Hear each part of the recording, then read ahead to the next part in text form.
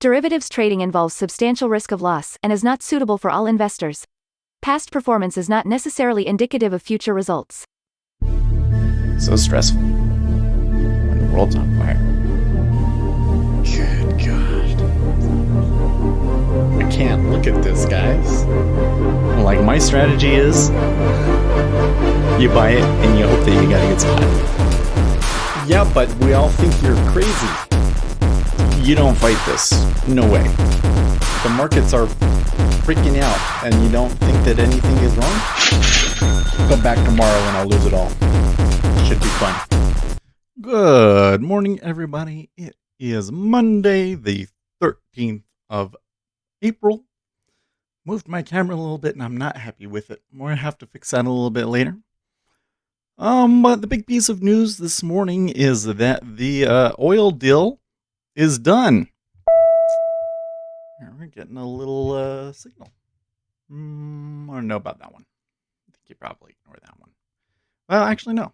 No, they could be along. They could be going along right now. I think that I am going to ignore it, though. I don't know if I'm feeling so hot. I don't want to take a ton of trades today. But, yeah, the oil deal happening. Really big deal. Let's go and look at how the markets are reacting. You can see here the E-mini opened up quite a bit higher. Well, not quite a bit, but a little jump higher. And then right on the open, they really killed it. And now it's come back, it's ranging, and now they're going to try and go back up and remake that area. The treasuries, though, treasury's getting killed. Treasury getting hit pretty hard here. I do think that you're going to see a significant impact on the markets here because just because when the oil thing happened, that really killed markets. Like, I thought, okay, this is bad, we're going down. And then the whole oil problem hit, and things got really, really bad. So we make that up a little bit. I think that that's really positive. And not only that, but I think it's also a really big piece of news because of the political ramifications of it. I really, well, we'll see where the conversation goes, but I personally really do not think that if, say, Obama was in charge, or any Democrat, Joe Biden for that matter, I don't think that they would have gone and gotten that oil deal. Not necessarily that Obama wouldn't be capable of doing it, although I don't know if deals was necessarily his thing. But I don't think that he would have wanted to. I think, never let a crisis go to waste. I think that he would have said, hey, oh, that's so bad. That's so awful. The U.S. oil industry is going to go kaput. That's so terrible. Well, I guess we better get them really nice benefits. You know that's the sort of thing that would have happened. I think at least. So there's my there's kind of my, what's the word? Case. I don't think that he would have done it. Oh, today is April 13th. Thank you, Win. Let's fix that. 13th. 13. So yeah, now that the treasuries are getting killed the way that they are, and it's only been since the top of the hour too, which is kind of interesting. Oh, and I'm not getting the tick. Oh yeah, because it doesn't print until the open. Hey, Ron, where have you been? Hope you're doing well. Okay, so one thing Wynn said here, given the announcement of the oil deal over the weekend, I think we may see some confidence in the market. Do you? So here's where I'm not so sure. I think that the market has been trying to price in an oil deal, all of last week, essentially. There was a lot of people that really didn't think that it was going to happen. I'm sure, though, that in the past week that they've kind of learned their lesson, or admitted wrong. Oil here is what? 22 still? I mean, we're not at $30 oil. In fact, we were close to 27 on Friday. We were close to 27 on Friday, and now we're 22. So there might be some details about the specifics of the deal that weren't quite what people wanted. I don't know. But that's kind of where I would be.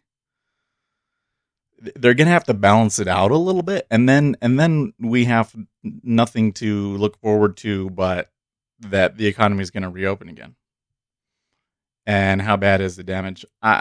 So I don't know. There's a lot of people that are saying, "Oh, it's like historic unemployment and things like that," but the stock market prices that in already. I don't know. I think that we're in an okay place right now.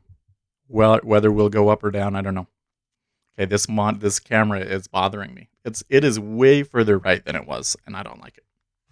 We're gonna fix it. We're gonna fix it.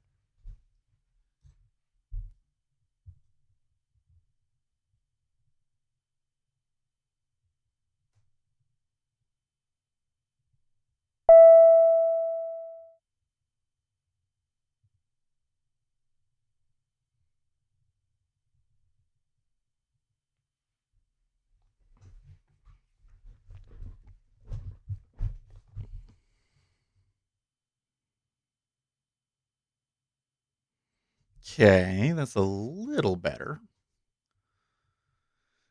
It's tilted up too high, of course. I think though the perspective is more what it's supposed to be. Yeah, I don't know. Still doesn't look quite right. Traditionally, oil prices go up as we get closer to summer. I wonder if this year will show some difference because no one is driving. At least they're not supposed to go driving. Yeah, but I mean, this all comes back to: are we going to open back up in May? I think the thing that may hit the markets is that when we open back up, it's not just going to be like we open back up. I think that a lot of businesses are still going to have trouble because there's just not going to be people just aren't going to be going out and doing foot traffic. Like people aren't going to go to Disneyland this summer, no matter what. I don't think that people are going to go to Disneyland this summer. That sort of a thing. So a lot of those companies are still going to be hurting.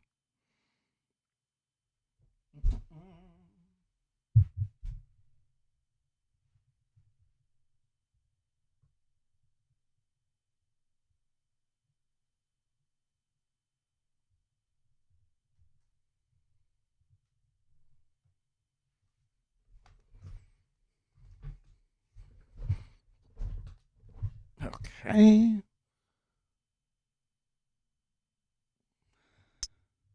I think that's a little bit more like what it's supposed to look like. It is just a tad bit tilted.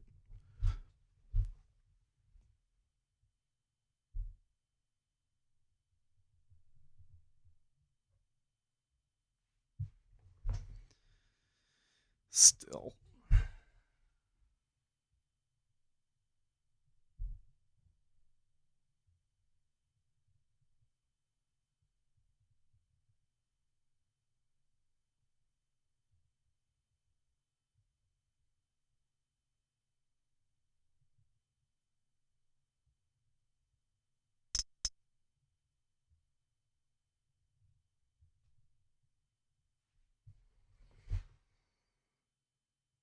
That's good.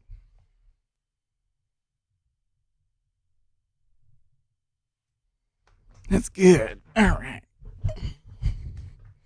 Excuse me.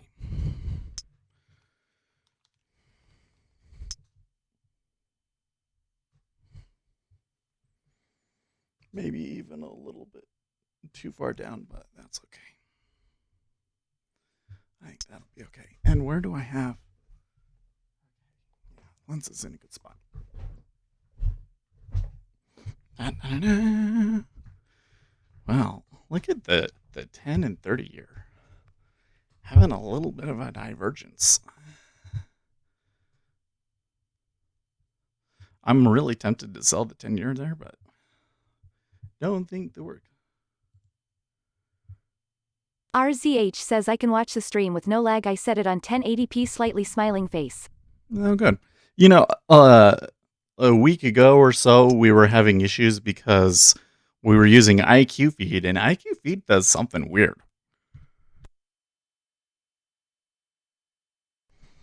Yeah, I don't know what the deal was, but IQ Feed was giving us frame rate drop like crazy time.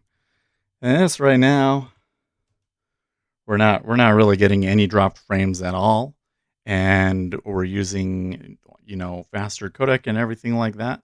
So I think the stream should be pretty smooth, and you shouldn't get as much lag. Of course, it'll never be quite as good as I think that if we were on Twitch, it would be a little bit better. I still kind of think like, well, should we go just move everything over to Twitch? I don't know.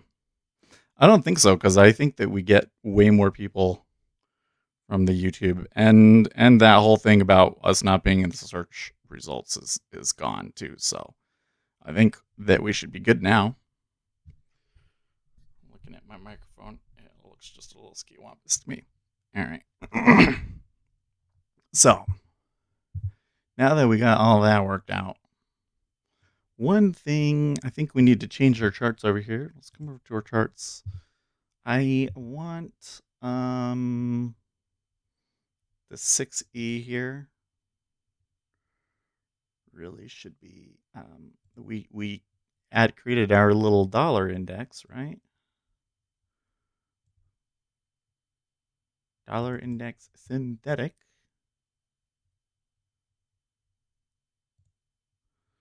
So that should give us a really good idea of what's going on. Okay. So it looks like the dollar is weakening just a little bit. Don't think that explains what's going on in the treasuries, but man, that sure was a really big drop in treasuries. Let's see if anybody has any reasons. I'm not completely organized here, am I?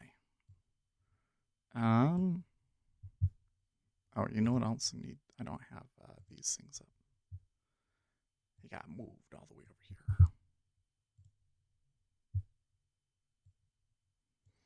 There we go.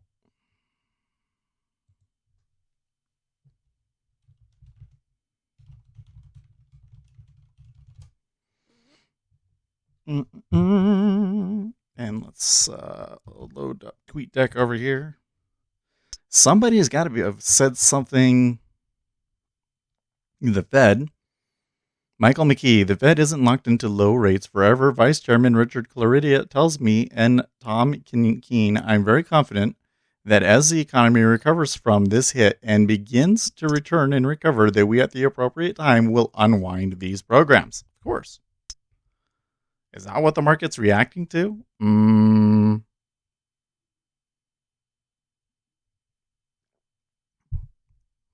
I don't know.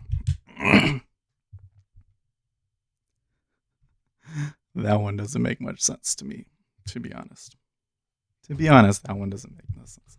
That was an hour ago, too. So I don't think that could necessarily be it. Certainly the biggest piece of news in the market right now. Now I should turn on the auto reader. Wrong screen. There we go. I think we're good now. Maybe the camera could be a little bit higher, but we can fix that another day. It's in a better position.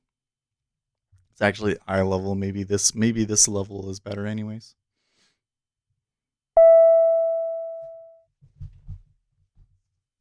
Fix my shirt. Okay. So it's giving me a short now in the E-mini.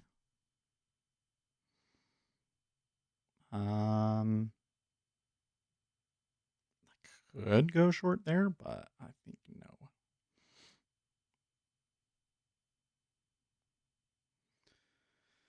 Not at the moment, no.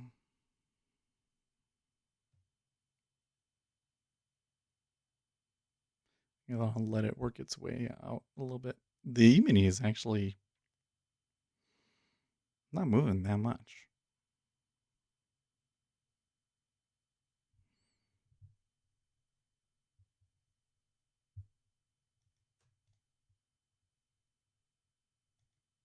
Mohammed El Rain, rightly worried about the human toll governments are increasingly placing, in game theory terms, a large bet on a single round game.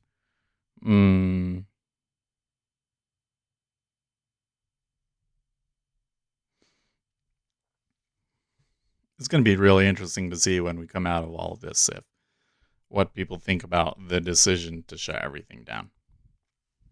I think one thing that's going on right now, this whole thing with like forcing people to be closed and like arresting them if they're outside is like not okay.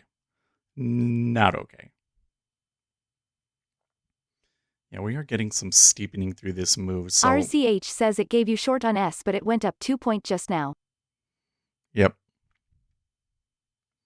Winston's Well, mom says MarketWatch reports there were calculations conducted by Vincent Deluard, head of global macro strategy at International FC Stone. Assumed that the 10-year Treasury yield in.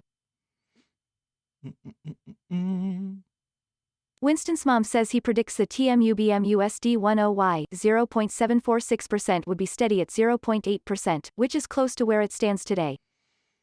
Yeah, so wrong. The reason why I was kind of hesitant on that one is because we don't have a clear downtrend to justify taking that trade. And we're not at a time of day where you would tend to see an inflection point. So that's why I was like, I think you ignore this one.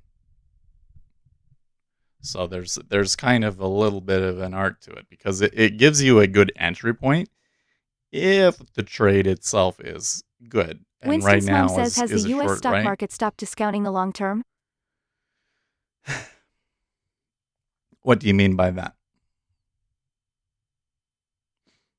I think that right now that the stock market is looking forward to what earnings are going to be in the fall. That's kind of where the difficulty comes in, because how big of an impact is this going to have on these companies throughout the summer? That's really hard to predict, because it could be a thing that just disappears really, really quickly and we forget about, Winston's mom says, I don't know exactly what I mean, but I know from reading that article that this means to me that we go bearish and it's not reflecting confidence.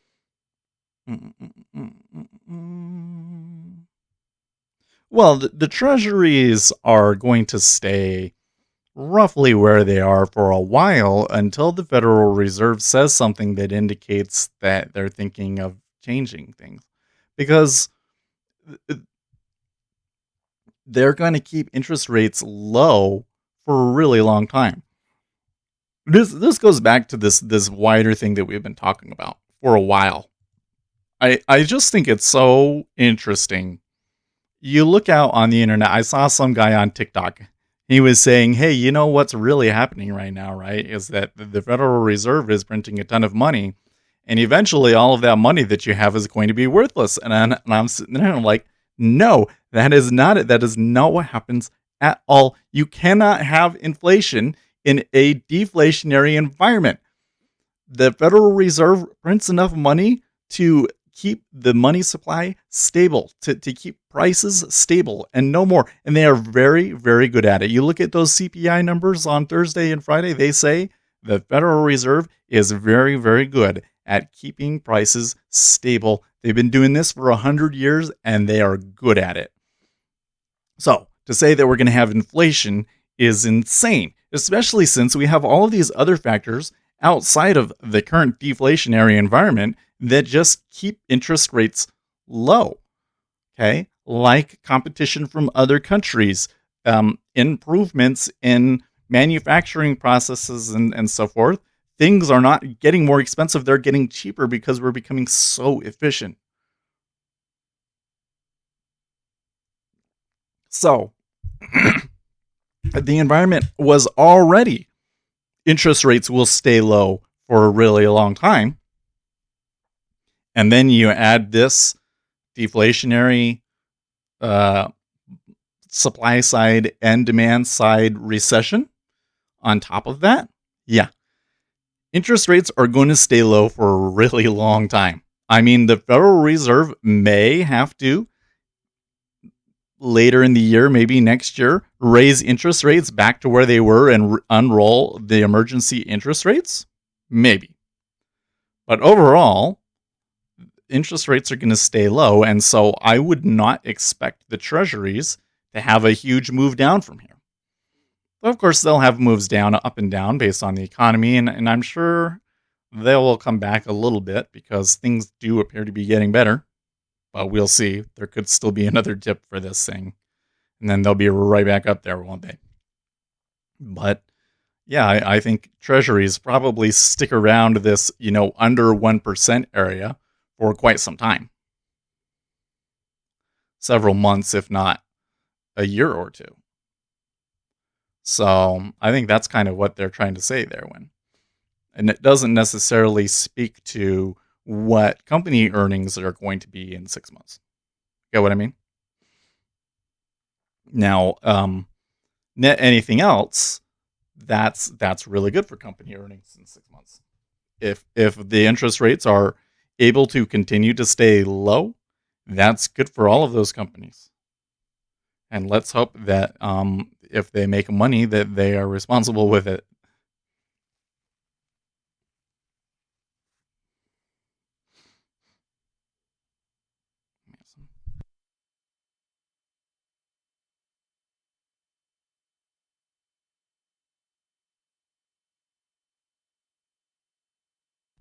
Nothing. Digging for gold, getting nothing. Anyways. Winston's mom says, interest rates. I need to study the theory of interest rates today, in the words, interest rate would make for a good title draw for today's video. Maybe.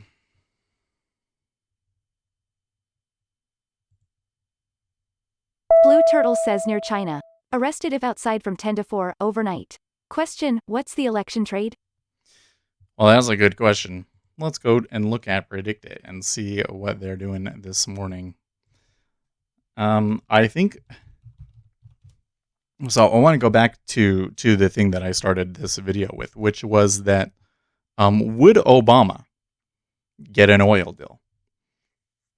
My theory is that he wouldn't. I think that Obama would say, hey, this is a great opportunity to kill off oil and gas and invest more in renewable energy. And I don't think that he would have said, oh, hey, we can go and talk to these guys and get them to reduce their oil output. I don't think that he would do that. Okay, so this is interesting. So when we come back to will Donald Trump get reelected, I think that right now things are looking pretty good. I mean, there are certainly some places where you can make some criticisms of the United States' response to the coronavirus. The biggest problem is that we don't have enough testing supplies. That's not necessarily Donald Trump's fault, but are there things that he could have done a little bit earlier to have helped with that? Maybe. And that's kind of sort of be the area where they're going to try and hit him, or that are like medical supplies, hospitals not having the medical supplies that they feel they need. That would be another big one. Okay, so here you see right now, they're predicting a 51% chance that Donald Trump is going to win and a 43% chance that Joe Biden is going to win. And if we come back and we look at more like a 90-day move, you will see that since the coronavirus thing occurred, okay, so since about the end of February, Donald Trump has come down a few points on the sites, and now he's kind of trending back up. I think what you're going to see is Donald Trump is going to continue to go back up, and especially if they open things back up in May, Donald Trump may look like he's in a really positive position, like we got through it and the damage was minimal. Not only that, but man, Joe Biden just doesn't look very good right now. He has not been able to take advantage of this situation to elevate himself. When he tried, he failed dismally, and that is not a very if you're a Democrat, that does not instill confidence in your nominee's ability to beat Donald Trump. Get what I mean? So if there was any trade, I think that it would be that. I think that Donald Trump goes back up to 55%. That's what I'm thinking. Yeah, wrong. But we are in an uptrend. I think you said it's based on the indicator. Well, no. So, um, all I'm doing with the indicator wrong is I'm looking for a point at which there's a turn, a, a spot where a lot of people are going to have to start switching sides. And that's what that ding represents. So you have to keep in mind the larger trend when you do that, because a lot of times it's going to hit that ding, and that's almost immediately where it's going to turn. So yeah, right now, like the overall trend this morning has been up. All of my moving averages and everything else that we're looking at is up. The current bar is up. It doesn't really make sense to take a short here, right? You could have taken it long, like back at 2768 again, and that might have been an okay one, right? So that's definitely how you have to play it. Okay, a couple of things Win said here. Winston's mom says, and you have your own small company at home. I really think you should consider the government's offer of a small business loan, or is that like buying stocks on margin given you would invest this? I don't think that based on what I've been reading about it, I'm not so sure that I really qualify because my business has not been impacted by coronavirus, really. So it's not like I've had to lay people off because of coronavirus. It wouldn't really make sense for me to do that. Besides, we're getting like a big stimulus check that we're going to invest. So, Winston's mom says, do you know who Alan Lichtman is? He predicts accurately presidential elections and the 13 keys to winning an election. maybe when we go and find him, maybe I would remember him. So he sounds like one of those people that they always talk about that has, this system has predicted every election since blah blah blah blah blah blah blah. I don't have a lot of confidence in those kinds of systems. Like, does that system factor in that Joe Biden is just completely incompetent and senile right now? So that sort of a thing. Winston's mom says the current crisis, which is biological, governmental and societal, puts into jeopardy 2 additional keys, Lichtman explained. Lulu says, I think a third party will have a more spoken voice after this pandemic. Well, yes and no. I don't think that it really necessarily has anything to do with the pandemic. But what is going on in the Democrat Party right now is going to encourage a lot of young people to want to go third party. See, the Democrats have been playing a very dangerous game, and we've been trying to warn them about this. You know why we've been trying to warn them about this? Because we did it on the Republican side, okay? On the Republican side, we told our far, far right people all of this nonsense, things that weren't really true, okay? Like, we should just let everybody fail and everything will be fine. There will be a little bit of pain and then we'll all rally and be fine. That's false. They did the right thing. There's always a bailout.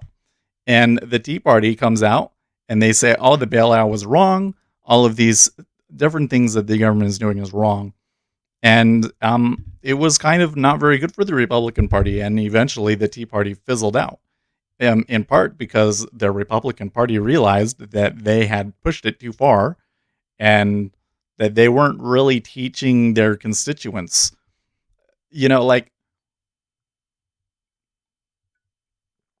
Excuse me.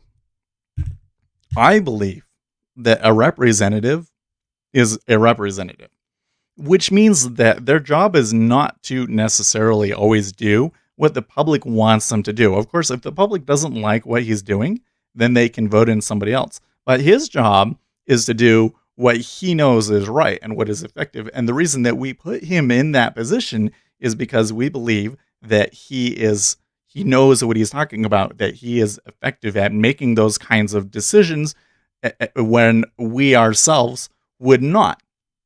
That's why it's a representative government and not just pure democracy. Okay? So I believe that it is a representative's duty, in part, to educate his voters, to say that when something happens and it's not in line with what the voters want, to explain to the voters why, the voters don't have the full picture. What are the things that the voters don't know that influences that decision and makes what they would like to see happen a bad idea? Okay. Republicans weren't doing that. Maybe they're doing it a little bit now. I still feel like that with Donald Trump, there's a lot of issues right now. Like, the Donald Trump websites are a complete mess right now because they all think that this whole thing is a hoax and that there's no risk and they shouldn't have shut anything down, which, based on the stats that we're getting right now, I really don't think is correct. Actually, let's go and take a look at that really quick sideline here. If we come back to the United States, we haven't gotten our New York numbers yet. So anyways, the Democrats, they have been doing this.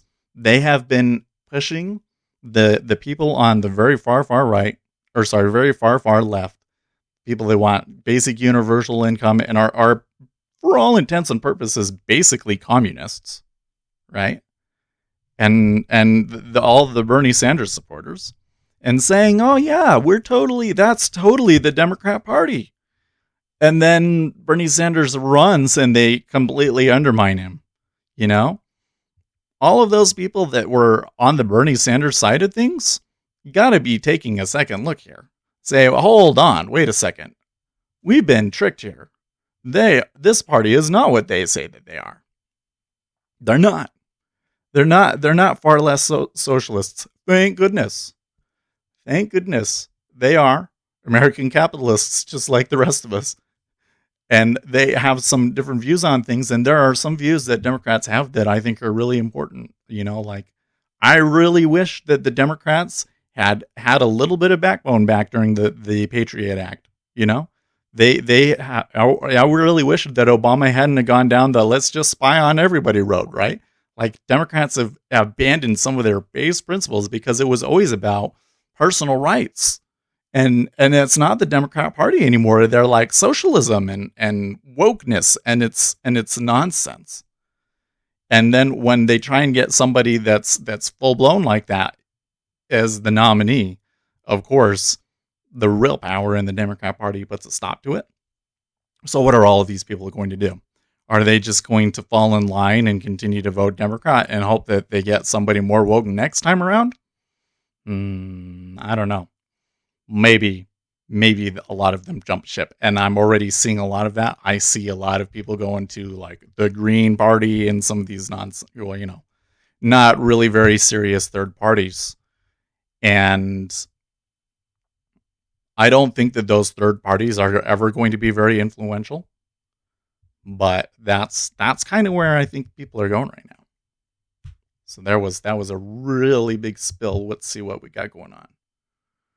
Oh, I see Ace. Good morning. How are you? Early polls have no predictive value for the early November results. That's correct. Especially not until after the nominations.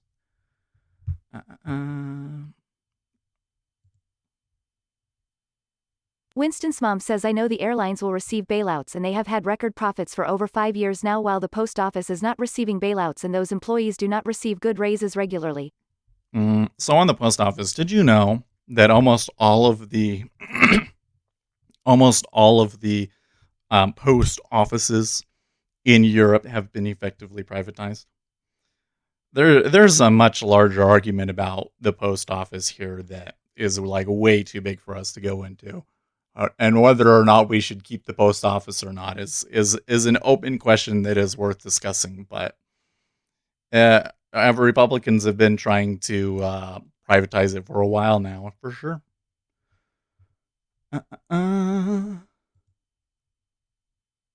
Lulu says, what are your thoughts on China full knowing about the virus and spread for 6 weeks, along with WHO not spreading knowledge of this spread prior to being in Wuhan? All because of a trade deal? I think that's true, but ultimately not useful. So here's the thing. Look at the timeline. China started acknowledging this in December. It didn't really become a thing in the United States until January 20th. Okay? We didn't implement a lockdown for a whole month and a half later in March, or the end of February, right? So if China had been more forthright, we certainly would have known about it earlier. We could have locked things down earlier and prevented the spread earlier. But this thing was going to get out anyways. So what are you really doing? You're just delaying everything a couple of months, maybe giving I don't know. But the issue is that I don't think that you really would have gotten the United States to take it seriously until they did, you know? And I don't think that it would have affected how many testing supplies that we have. I don't know if it would have affected how many masks that we have. A lot of the things that have been like a really big problem are not China's fault, even though China absolutely was deceptive. I think that China should have to pay for it. You know, I really think that it's important into the future. I think it's important going forward that people realize that China is doing this sort of stuff and that they're not a reliable partner and that we should be divesting ourselves from them. I would have hoped that after the whole trade deal thing that was the conclusion that people would have gotten. But would it have really made the U.S. response that much more effective? I'm not convinced of that. Maybe? I'm not convinced of that. Let's see here. A couple of other. I'm going to have to skip a couple of the comments here so I get... just... Winston's mom says just don't mess up the buttons and turn the sound on the porn up and your trading channel to mute. Oh, yeah. No, trust me. If I was doing that sort of thing, I would not be able to give you the kind of spill that I'm giving you right now. Oh, man. Lulu says yet a month prior to our lockdown you had South Korea shutting down their whole country. I think lives could have been saved. Very unsettling. Yes, but the United States wouldn't have shut down there's no way that the U.S. would shut down the whole country when there was like one case. You know what I mean? Now, what South Korea did was quite surprising, right? Because they had like 6 cases or something like, was it? Or maybe this was Japan, where like one guy went and infected like 1,000 people or something, and then they shut it down. You also got to realize that South Korea, they had SARS and swine flu and all of these other things. So they've had to deal with this before, and they knew when they started looking at the stats that they needed to do something. So this still kind of comes into this issue where the United States just overall wasn't prepared anyways, right? So at some point when the flu hits in the United States, you're going to have a problem, even if it happens later. And could that have made the United States better prepared? Sure. But here's the other side of this, is in another factor that I'm kind of factoring in here that I haven't mentioned, is that U.S. hasn't hit the capacity yet. We haven't had anywhere yet where there wasn't enough hospital beds. Okay. And it may turn out to be that we get through this and we never reach that point. If we never reach that point, then that means that everything that we did, it was an astounding success. If you do not reach hospital capacity, then that means that you saved all the lives that you could. Because it's when the hospital capacity gets reached that you start to get more deaths than are necessary. There are some people that are going to be susceptible to the virus. They're old and they're going to die no matter what. You can't save them. But as long as everybody is getting the hospital care that they need, that's like all you can do. So, yeah. Winston's mom says Peter Navarro wrote memos which were buried. When this is over, there will be improvements in the system, accountability to be explained. All around, people messed up, stuck their heads in the sand. I think that Peter Navarro should stick to trade deals and not stick his nose into things that he doesn't know anything about. Winston's mom says, and then there is the theory that 5G is causing this virus. David Icke promotes this idea. I spent some time learning more and wow, what a stretch. I think that anybody that's promoting the idea that 5G is causing the virus is an idiot. No, just man, I know that that's like a really strong word to use because there certainly is a lot of people out there doing this, but I'm telling you, the idea that 5G is causing the virus is just absolutely crazy. Okay, so look, let's see if we can explain this.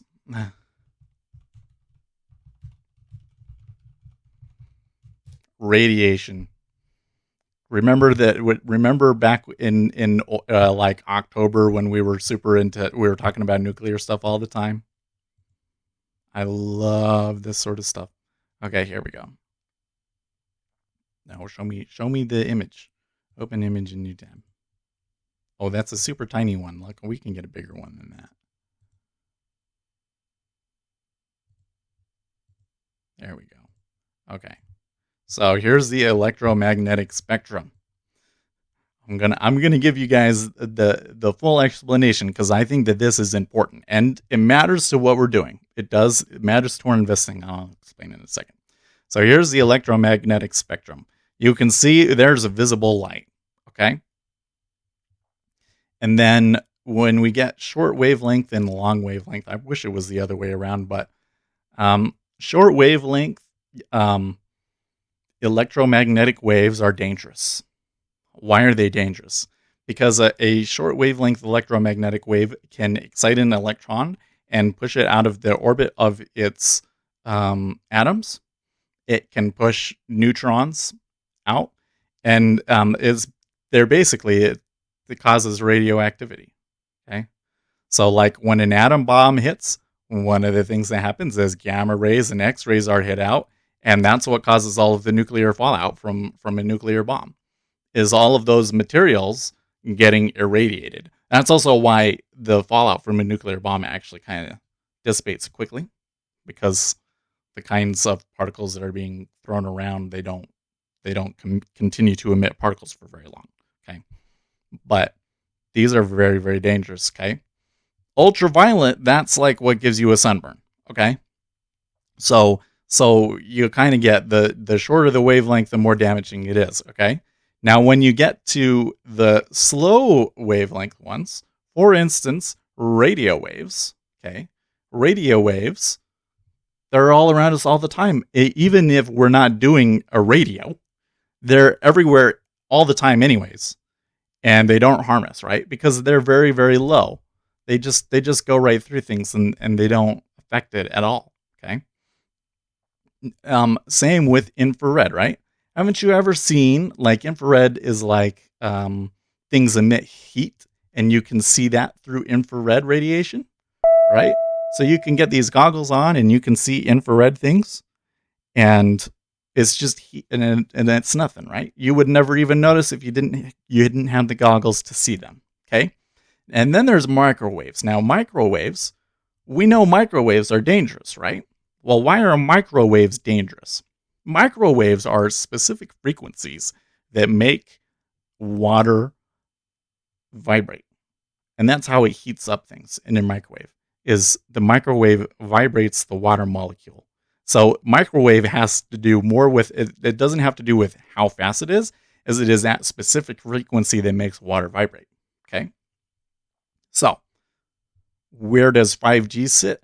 5G sits somewhere up in here. It's in the higher range of the lower than light area. Okay, that's 5G. So 5G does not have enough energy to push neutrons and electrons and things out of their orbits, so they have absolutely no effect on us. They go right through us and it's nothing. They're not even really like strong enough to like hit you through your skin.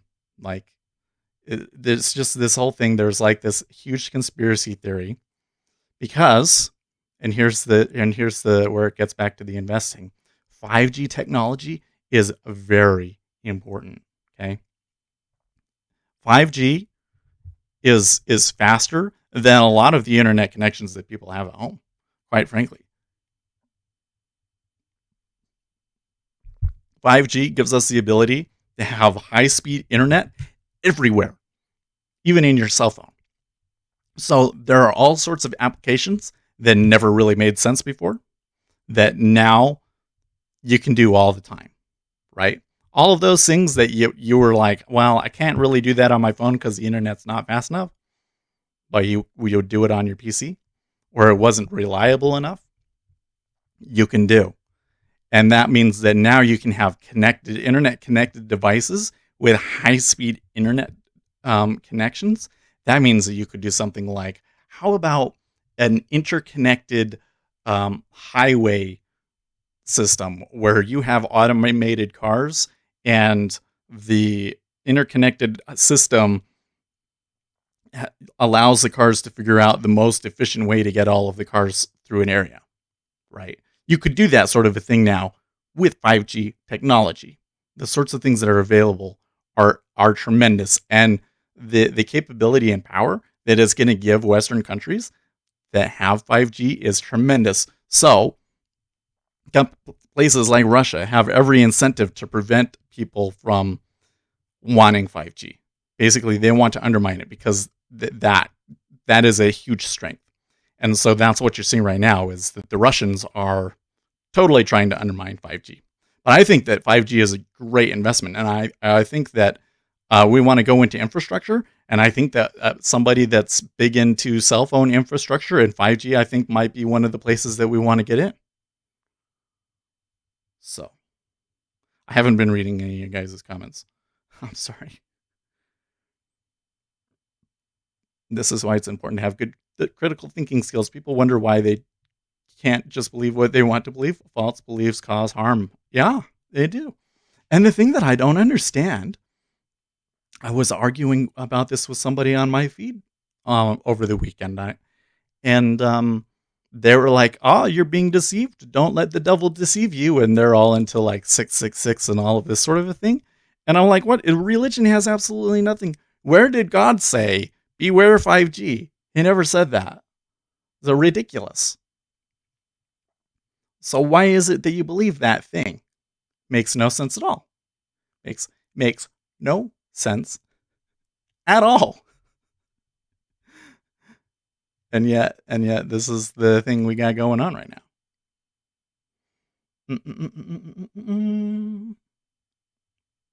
And there's all things that you can like easily verify for yourself. Like we've done experiments. Like there's reasons that we know why certain electromagnetic waves push electrons out of their orbits and stuff like that. Like the government in particular has done a ton of research about this stuff. Okay. And there are like experiments that you could like verify this stuff for yourself if you really wanted to. So like, to believe the 5G nonsense, you just have to be willfully ignorant.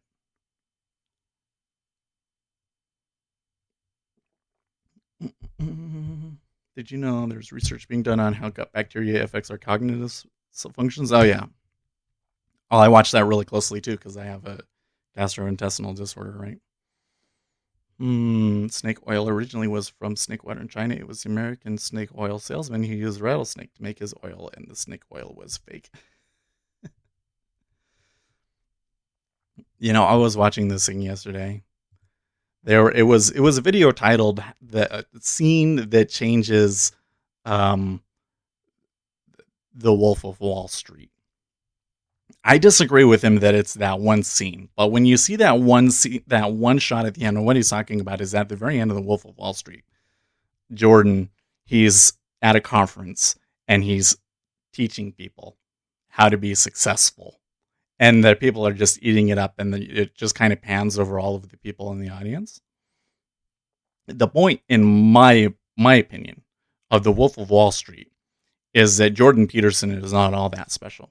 That that many other people would do the same thing if they were put in the same situation, and that you're all complicit because everybody is looking for that quick buck. And the fact that he's able to do all this stuff and be really bad and then come out and then make tons of money, make tons of money just being a speaker, people trying to get rich quick, is just kind of proof of that. And I think that there's a real truth to that. People, for some reason, people are greedy, but they're also lazy. and they're always trying to get the most for the least effort. I think when it comes to markets, this whole attitude, one of the things that I see people say is you got to want it more than anybody else, and you've got to be the one that's, uh, you know, I'm not going to fail. And it's like, it doesn't work that way, because just because you want something doesn't mean that you're going to find the edge and that you're going to have the edge to be successful enough in this arena. It just doesn't. Most people fail. And in fact, that attitude, I think, can make it harder for you. It's only once you've accepted the risk. It's when you've accepted the fact that you could lose money on the trade or you could not, and you have to let your edge play out the way that you've done your research, that you can really ever truly be successful at this. You have to accept the suck. You have to accept the suck, And so that means going against our natural instinct to want to, you know, the greedy part of us that makes us susceptible to snake oil. That is the ultimate in markets. Ultimately, the thing of human nature we're always talking about. Okay, so there again is another short that I think that we just ignore, especially since it's 7:15.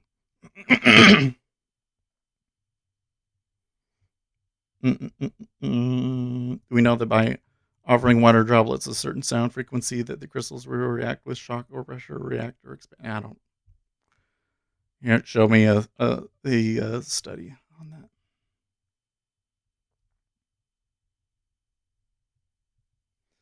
I used to get calls from people wearing tinfoil hats in the command center. Yeah, what did Lulu say? Hold on, let me come back here and try and find your comment, bud.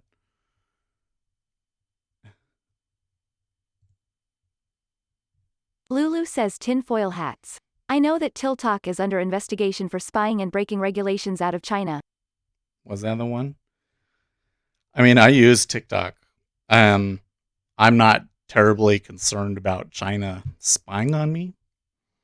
I'm not terribly concerned about, I watch a lot of social media.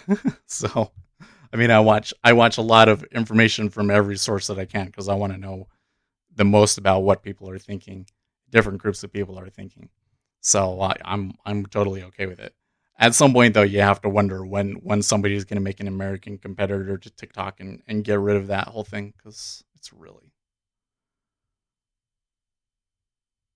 I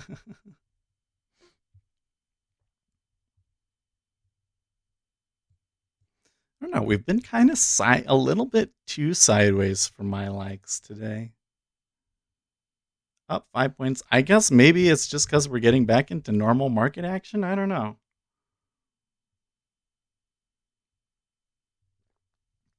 I think one of the things is that this morning we are seeing the dollar increase in value just a little bit. I don't think that that's what's going to continue to happen when the market's open, but that might be part of why we're experiencing what we are. Like, they want to move up, but then the dollar is getting a little bit stronger, so it kind of dampens it. Small chloroquine study in Brazil found test patients receiving high dosage developed heart arrhythmia and had a higher death rate, and their testing was halted. For lower dosage, no benefit was found, but doctors say more testing is needed. It really sounds to me like the chloroquine thing, that when they start receiving it was really important too. That if they started receiving it early on, that they were more successful with it. Bots says if China is spying on you, I have no doubt they are confused by your commentary. I know I am. When did you come in? Because we've been all over the place. I wanted to spend the whole time talking about oil, but you guys sidetracked me. So what did we got into? We got into 5G. I want to invest in 5G. I really do. You have good picks for 5G. Let me know.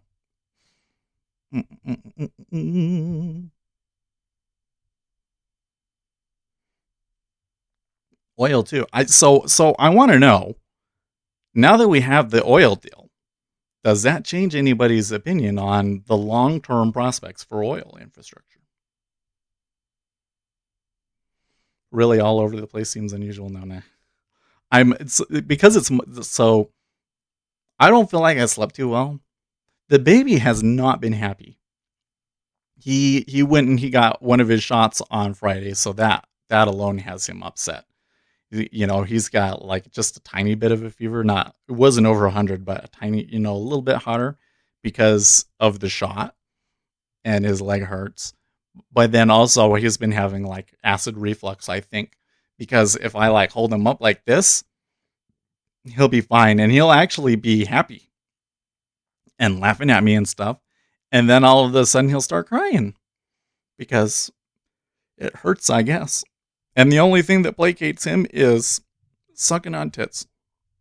So I did not necessarily get to bed as early as I wanted last night.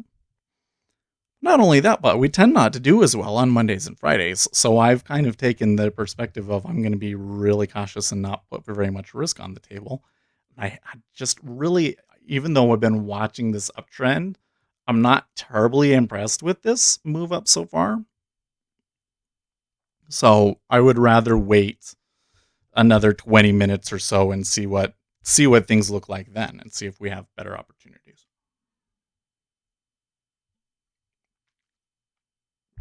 So we've kind of been talking about a number of different things.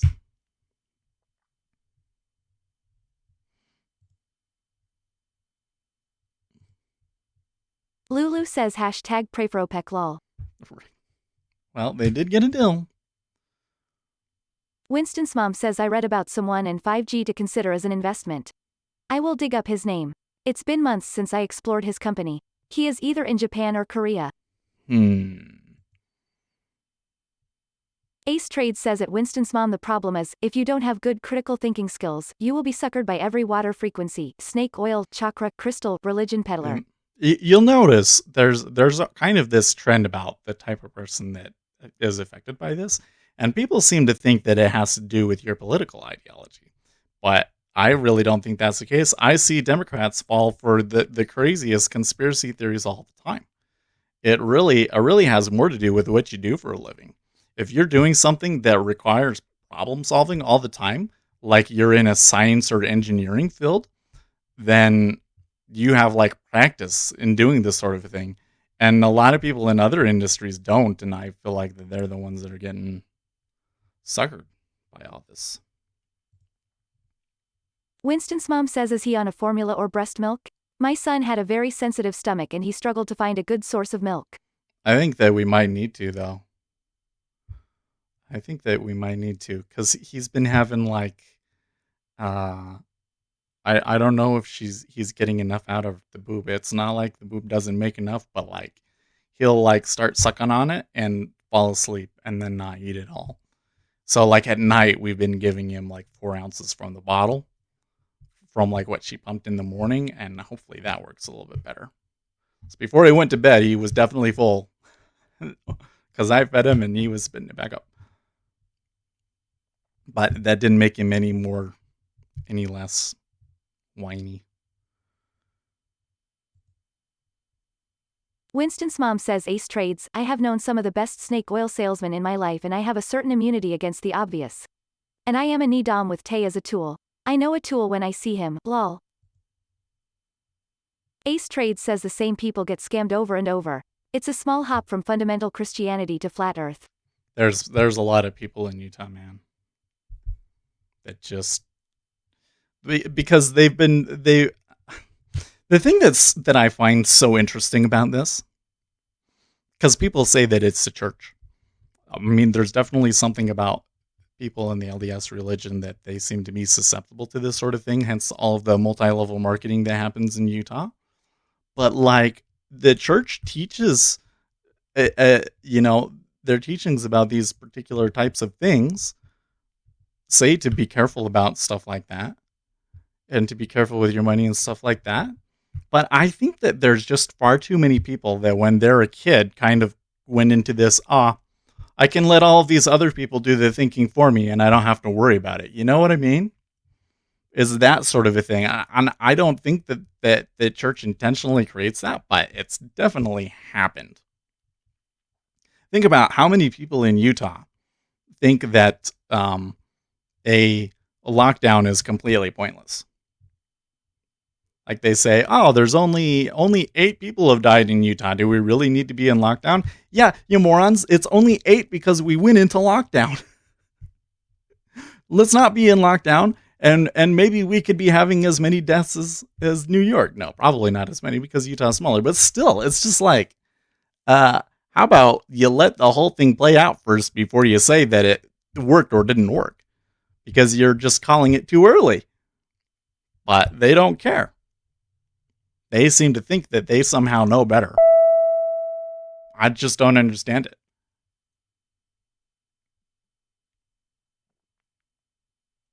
And people that understand absolutely nothing about looking at data and drawing conclusions from that, right? Winston's mom says, has he lost any weight? Has he dropped in his weight percentile lately?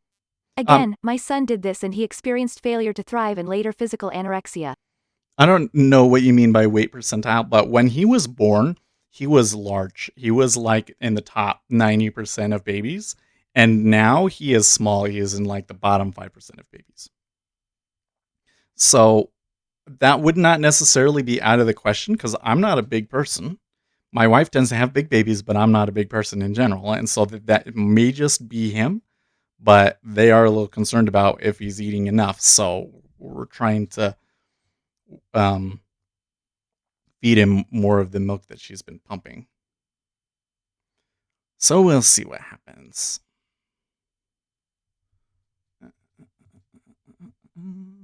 Ace Trade says, when you use feelings to find out if something is true or not, you have set yourself up for failure for life.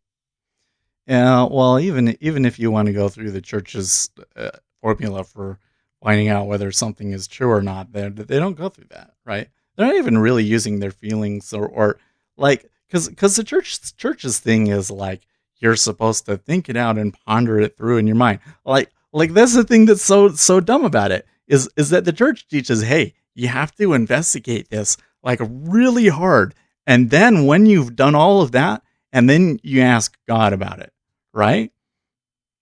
If you did that with 5G, if you studied out 5G really hard, by the time you get to praying, you would be pretty certain that, hey, you know what? What they're saying is bullshit, right? 5G is not harmful at all. But they don't even go that. They're just lazy. They don't want to think for some reason. It's so ridiculous. They don't want to study something.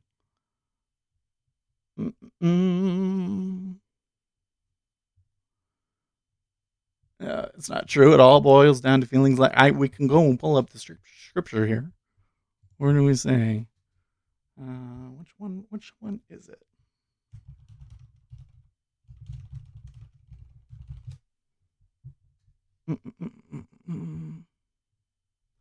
Oh, maybe it was in Doctrine and Covenants.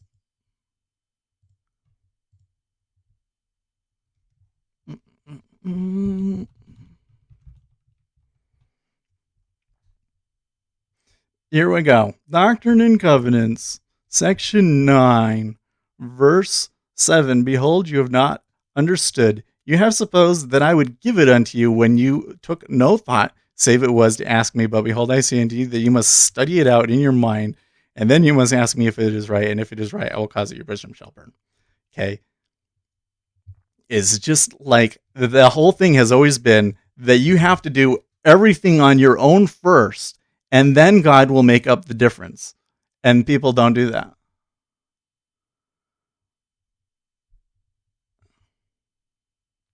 And I think that it speaks to something beyond the church.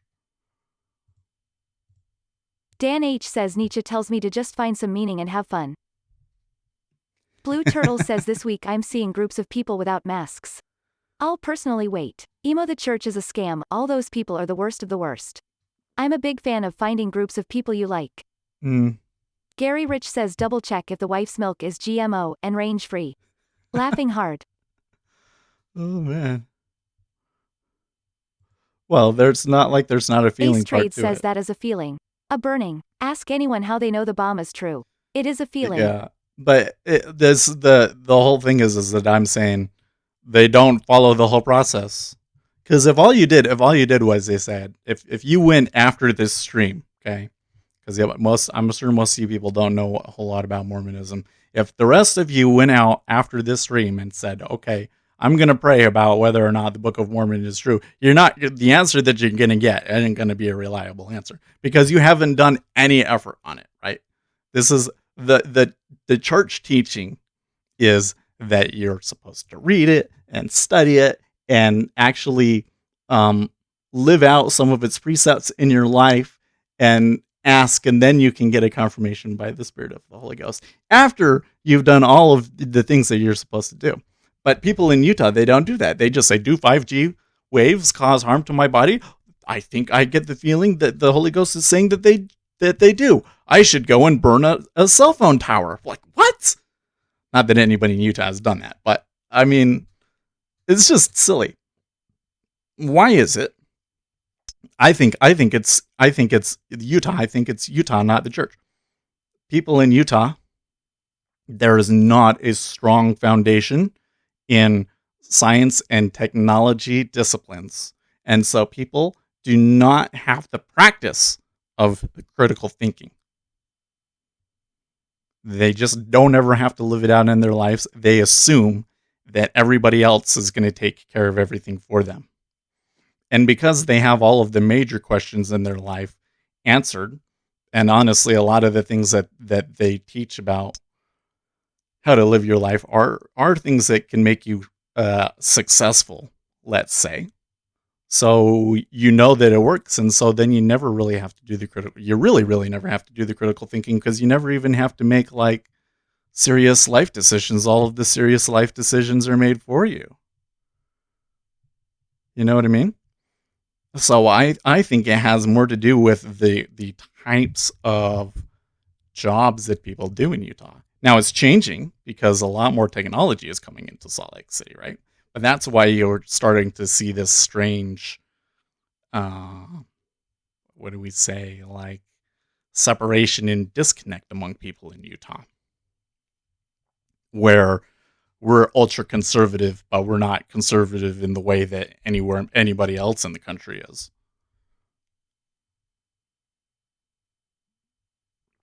Okay, so that was I didn't realize while I was yapping that the E-mini opened. It's been about 3 minutes now. So far, since the open, they've been selling. And it's enough now that I could take a short if they gave me one.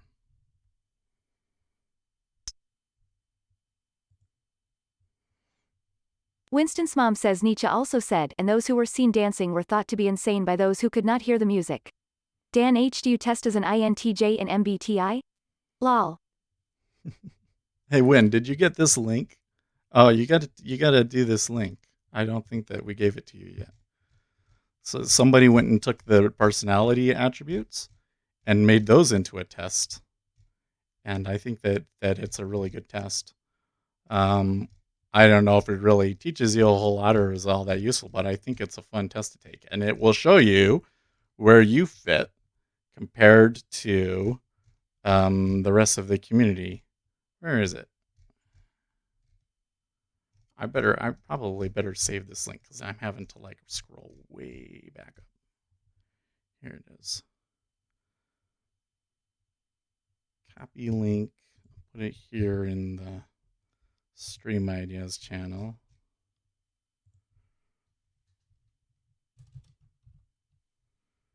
Okay. I'll post it here in YouTube. It's a big 5 test.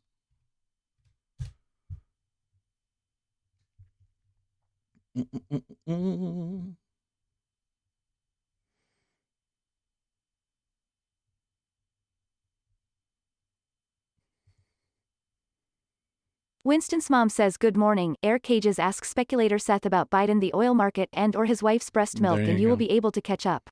Lol. So let me take a separate approach to this. There are a lot of people out there that think that the decisions that they're making are science and evidence based, and they're not.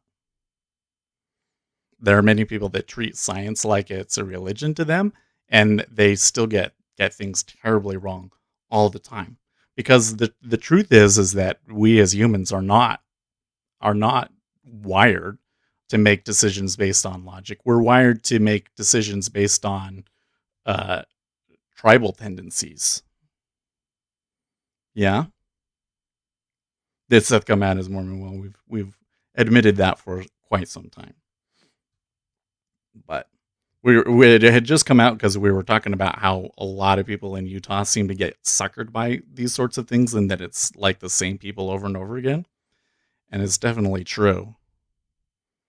But I think the point that I was trying to make, and the thing that relates it back to trading, is that this is people's natural tendency. Even if you are somebody that really believes in science, how much junk science is there out there that people believe religiously? There's so many of these studies where when you look at, they found a statistical significance in the difference in X behavior. And then these guys, they went back and they did another study where they showed that the kind of statistical significance that they're basing everything off of can totally just be chance. Right? And that would invalidate like 70% of all scientific studies or something. And this was just like a math study, like just doing it out with math and showing that X% of statistical significance isn't enough. But there are a lot of these studies that people believe religiously. Or it goes with economics. Like you can go and you can say, okay, I believe this economic theory because somebody did a study. But then I can go and I can find like 5 other studies that say the exact opposite thing. And you got to realize that economics is very much a political science. So you still kind of have to, you can't take any of those things and hold it up as the gospel truth. You know what I mean? You know what I mean? It's just like, and when we want to say that our, if you come out and you say that your opinions are more based on science and reason than other people's are, you're probably wrong. I don't think that mine is. I try, but I think that I'm just as susceptible to that kind of thing as any other normal person. I'm not autistic. Dan H. says, I find it funny that studies change the results to match the theory. Winston's mom says, I have taken the test. I test an extroversion at 54% emotional stability, 91 agreeableness, 83% conscientiousness, 72% intellect, imagination, 92 at. So see, agreeableness, that was because the thing we were looking through, most of us were agreeable around 50, 60, which is really low. Emotional stability is good though. And what was the other one? Extroversion is so I'm starting to think about the extroversion thing, because when I took that test, I was really high in extroversion too. Which, remember when we were talking about the MTBI and I was like, I'm not sure if I'm extroverted or not. I'm starting to think that I am extroverted, but I always thought about it in terms of like, if you're at a party, are you likely to talk to everybody and try and become the life of the party or not? And often I'm not sure what I want to do. And now I'm realizing that it's just the type of situation that if I get into a game or something like trading, I always find a way to become a part of a community. Okay, they're coming like really close to a buy here and not turning. I think that it's still too early for me to take a trade, so I'm going to wait. But this looks like a buy right here at 62. Okay. It's a little late because the volume hadn't pushed up yet. Looks like that one was good, at least for a few ticks. Anyways, so now I'm looking at it differently, and I'm starting to realize, okay, so how does extroversion play into your trading? And I think for me, one of the edges that I have is just my ability to talk to a lot of people, understand what different people are thinking, and be able to pull help from, a larger pool, if that makes sense. Gary Rich says I gauge a city by number of strip clubs, bars and meth labs. Utah looks safe to live. It is safe to live. Winston's mom says I would consider 2 types for you. One is the ENTP who is extroverted, a performer and leads with T, accuracy, or the ISTJ who is like me but a sensor while you do show knee pattern recognition, or NT. No, I think that I'm an ISTJ or an ESTJ. Extroverted. Oh no, it would be an ENTJ. Extroverted, intuition. Is that right? What's the S one? S is sensing, right? So it's intuition versus sensing. Anyways, I don't remember what they all are. I definitely tend to be the one that's like facts. Like, here's the thing. In terms of my reliant, so part of my approach to is something true or not is colored very much by being ADHD. When you're ADHD, you're so used to screwing up. You're so used to being really, really sure about something, and then other people disagreeing with you, and then pushing it, and all of a sudden finding out that there was just this teeny tiny little oversight that you had, and it makes sense. And to you, it's just like, oh yeah, like that's just like a dumb. Okay, I understand now. But to everybody else, they're like, what the hell is wrong with that guy? Right? I do that all the time, even in trades. Man, I'm burping a lot today. I don't know what the deal is. And so as an ADHD person, you start to doubt yourself a lot more than a normal person would. Yeah. And then you get into trading and you look back at it and you realize, oh, you know what? Even though I have certain problems in this one arena, we as people are just so prone to certain cognitive biases, and the market preys on them. They prey on them like crazy.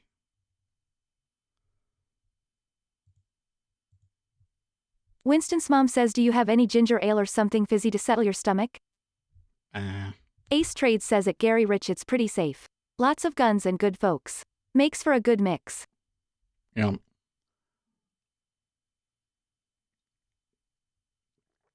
There's just too many older people that lack critical thinking skills, that's all. Because Utah was never strong in the engineering, science, and technology. Up until all of the technology companies started moving into Provo. Okay, so there was a little bit of a buy there, and it fizzled out very quickly.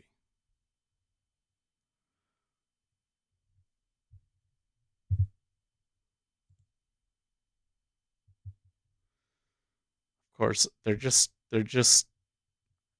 retracing the move over this morning. I'm wondering if it is a buy or not. Well, that last little move down was pretty significant, so I don't think they could say that I would want to buy at the moment. Is that Athanasius? No. I'm LDS. Turns out our brain generates worm feelings all the time. Yeah, well, like I said, there's a process of things that you're supposed to go through, right?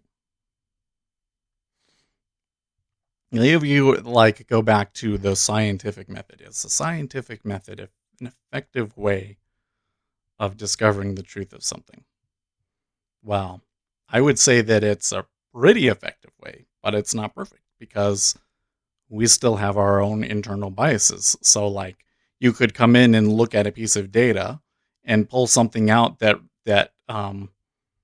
reflects a belief that you already have subconsciously, right? And then you pull something out of the data that's not really there.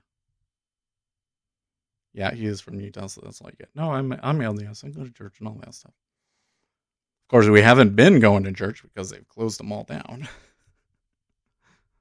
we haven't been like a lot of these other churches where they still have church and then the police come and bust it up or whatever that is, which I think is totally not okay. But what are you gonna do?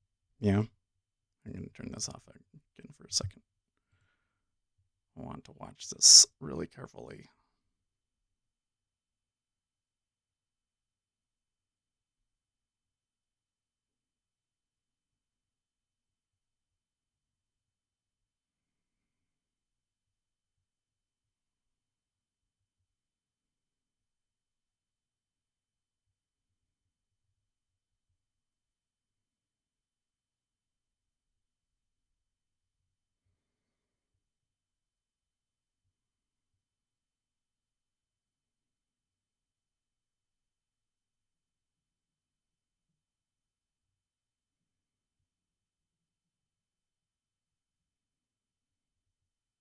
Hmm.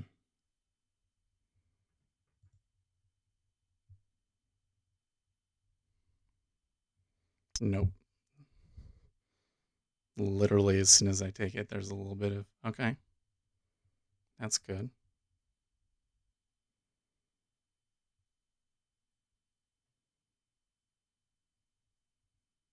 Okay, that's really good.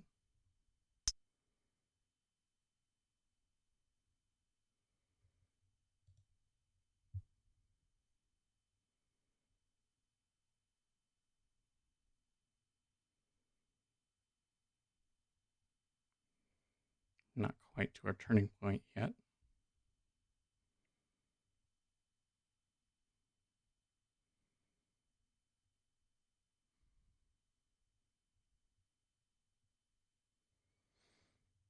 A little bit more. Come on.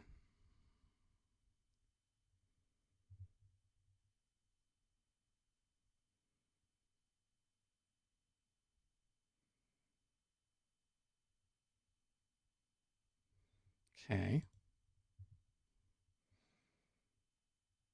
That was a stop run.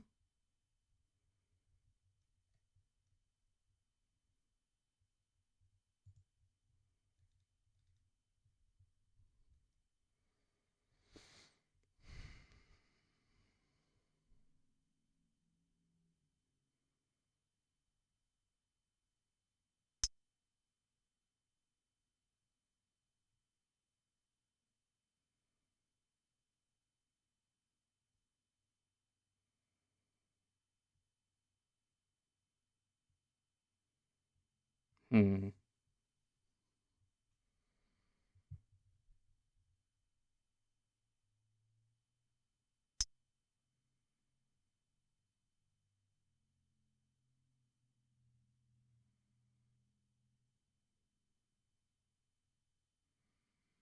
Seem to be pretty effective at pushing through liquidity today on both sides.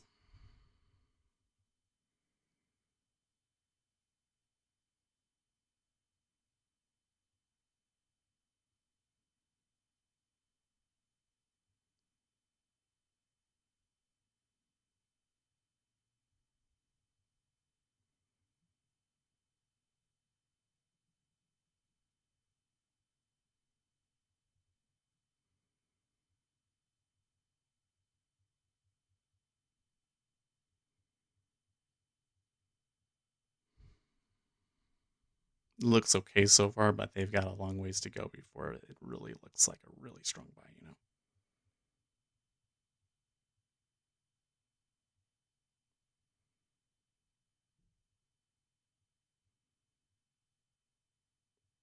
Okay.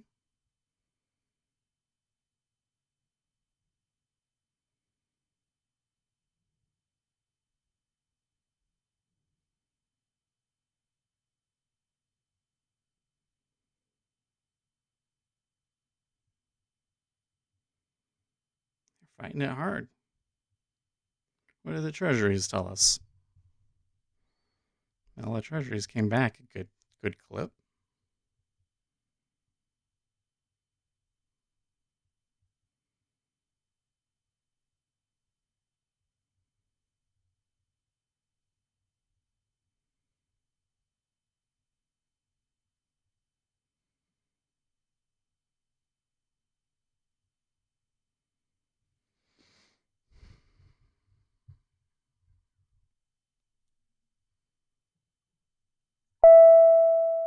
Okay, I finally got a ding.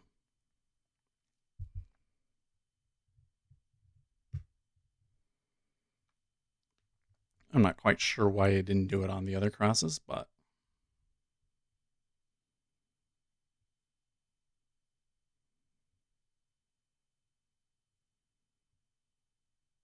4603. So 4625 is where the volume was. Or 2746, let's say. There's been some volume there for sure. So maybe why they're having some trouble getting through there. Right? We got this node, they're going to just get pulled back into it.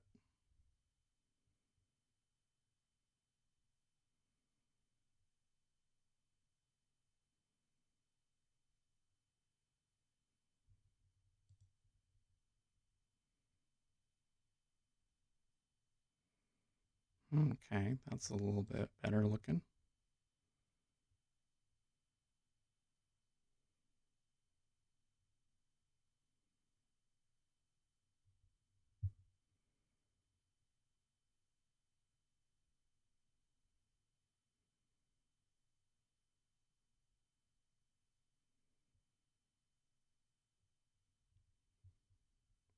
Slightly higher high.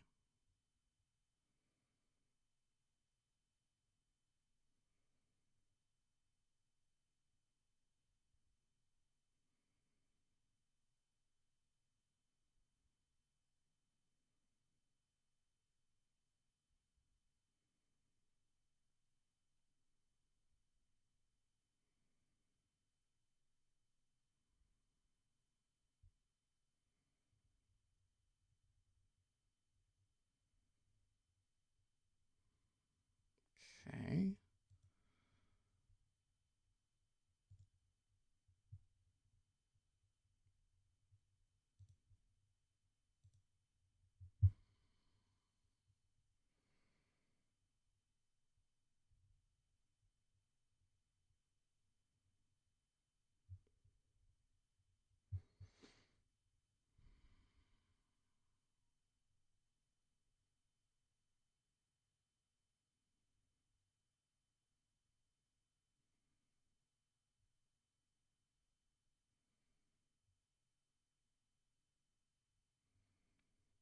Okay. Just a little bit more. I want to see it above 51.75. Let's say above 52.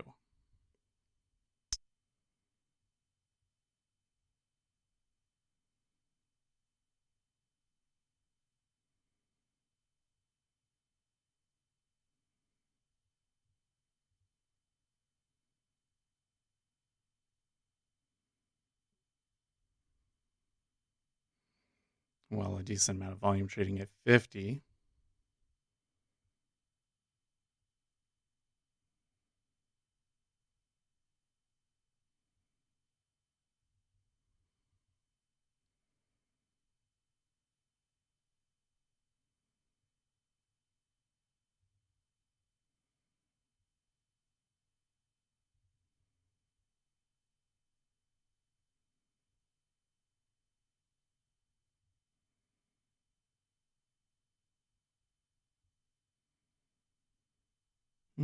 Sorry, guys, if I'm not reading out all your comments, but you're having like a deep discussion that I can't focus on right now.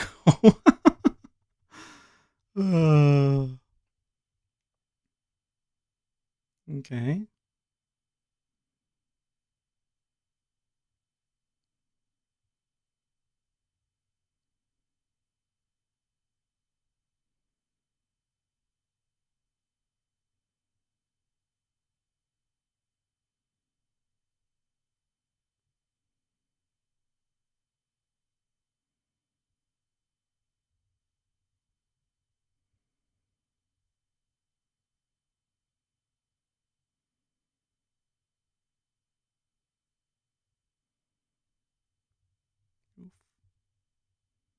This bar is not looking so hot.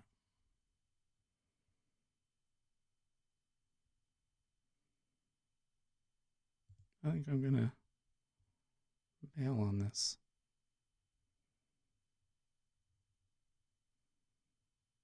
Shoot.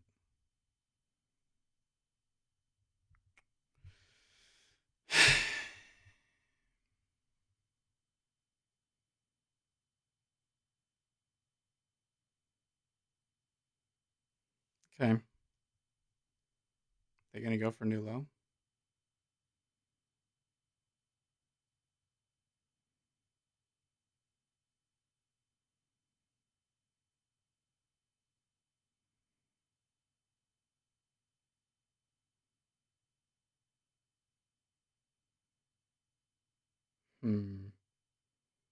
I don't know about this one. This might still be fizzling out.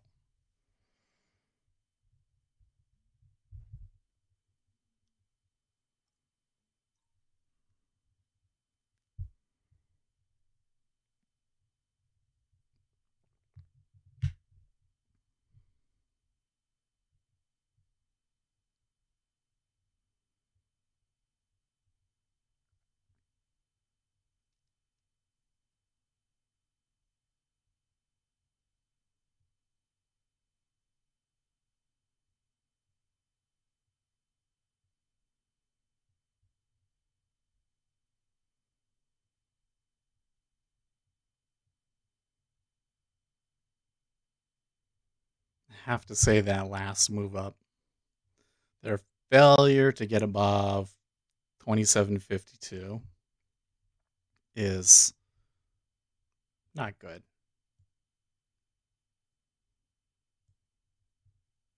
Now there's some support down below us for sure, so I don't know if it's just gonna like plummet down. It's a real possibility though. I think though I want to take that.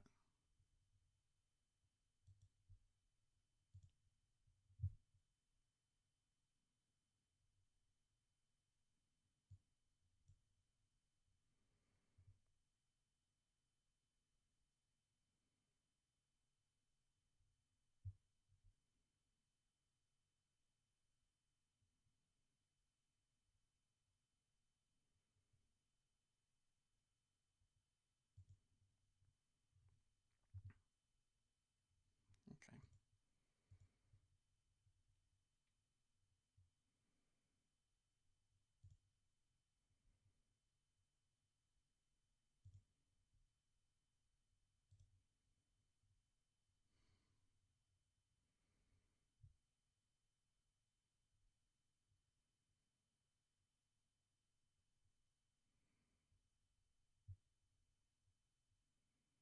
Whoa, okay.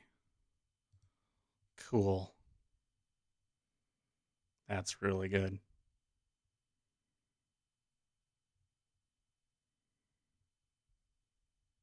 And anytime you get a stop run like that, there's a possibility that it fizzles out. But the context that I have is right there. I think that sellers are really, the momentum is really turning.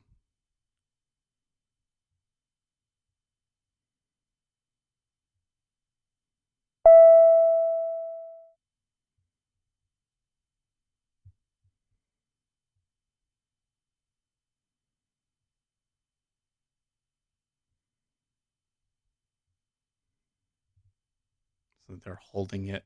The price is a lot better this time. They moved much faster. I think that they will get over the 52 this time.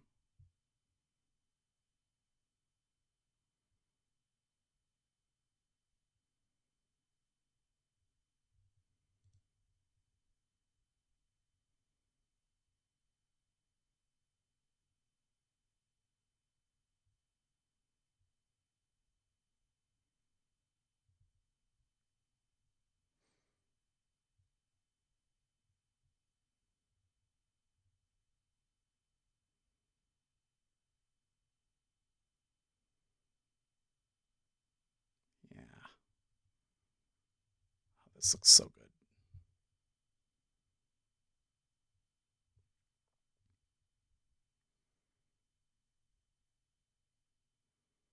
Okay, well, let's keep an eye on it up here. There's going to be some fight up here, I'm sure.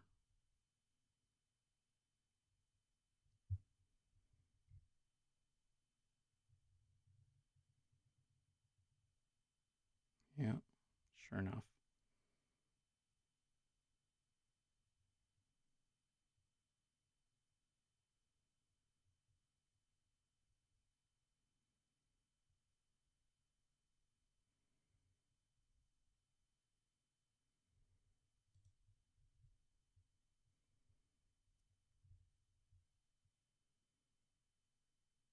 Okay.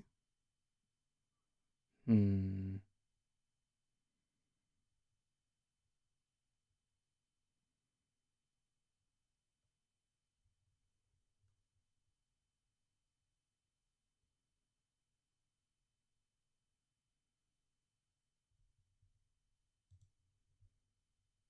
Range is contracted a little bit through here, by the way. Oh, come on. Yeah. Good run right there. Very, very good. And that's above 52.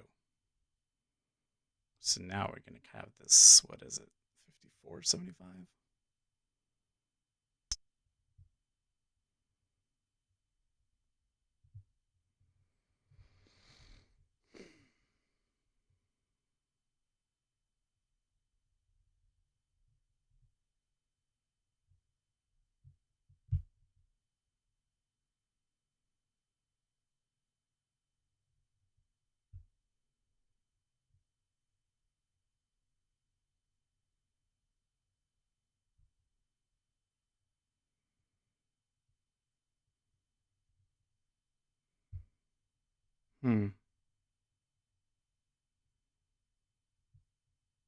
Well, if they really get going, I don't know if they're actually going to really like truly take off or not.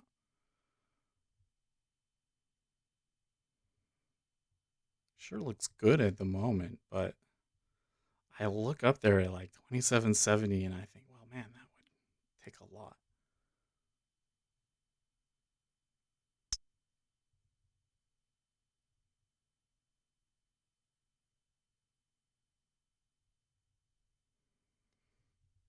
I think at the very least.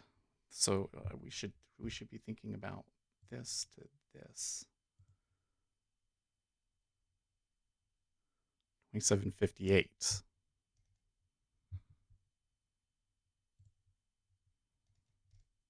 Okay. Sure.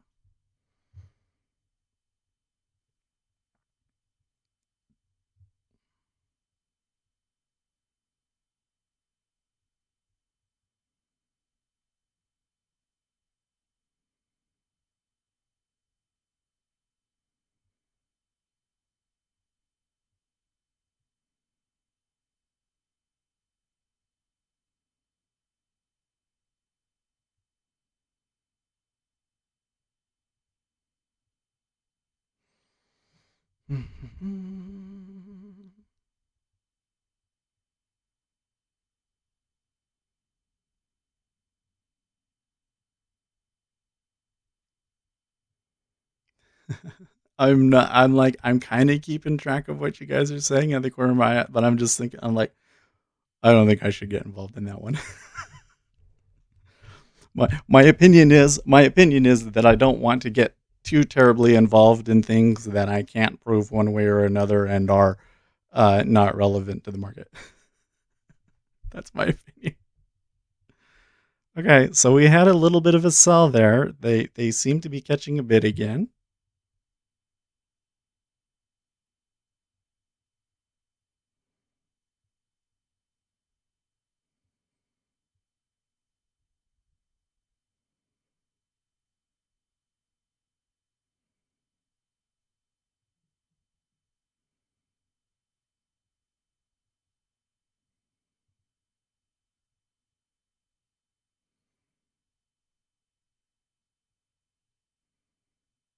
Mm, that particular one didn't get too far.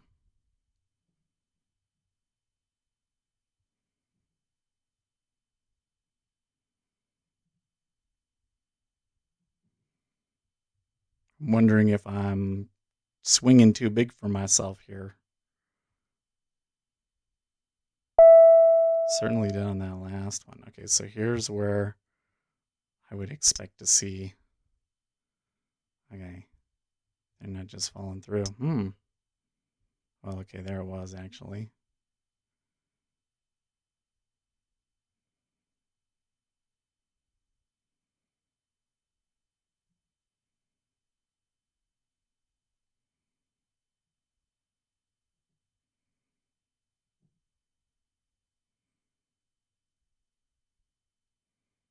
47.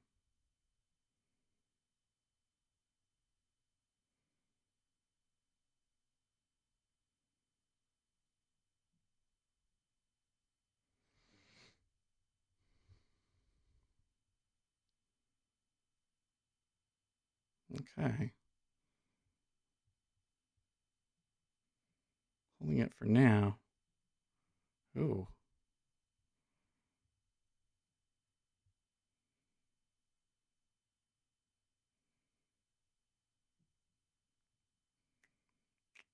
Key point here. Okay.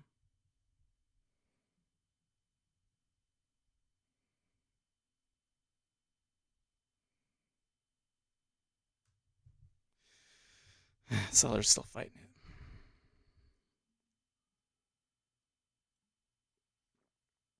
I don't know. Buyers look strong, but the sellers look like they're not giving up. Man. In fact, that swing right there was really okay. Well, let's see if the buyers come back with something. Okay. Well, the buyers take it right back up to where they need to get it to.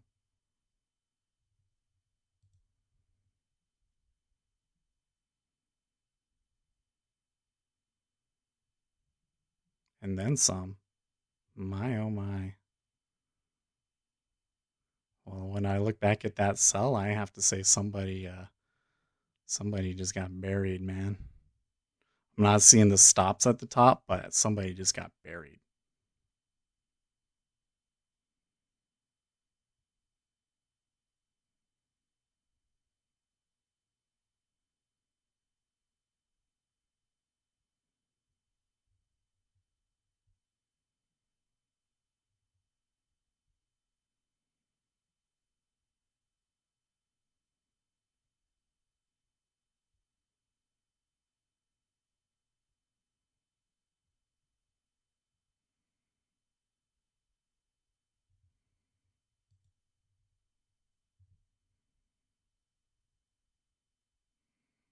Okay.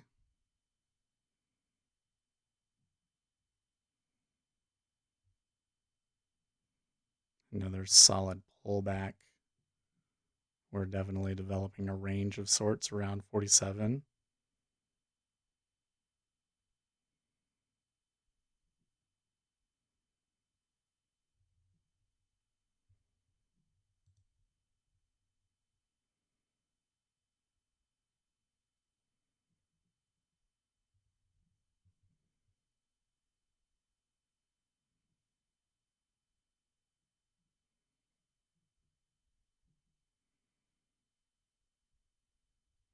Heavy trade detectors detecting a little bit of a sell here. It isn't too big, but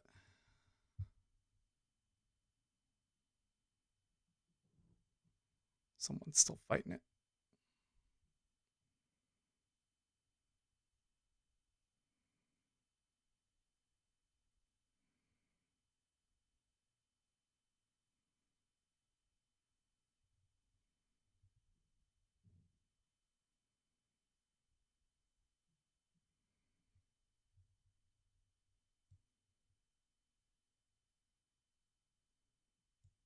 Okay, so that particular cell is a little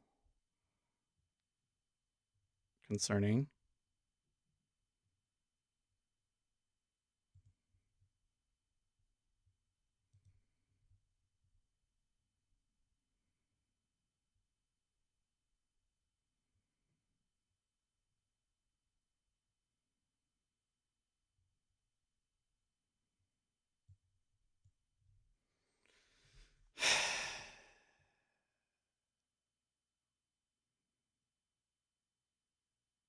I feel trapped.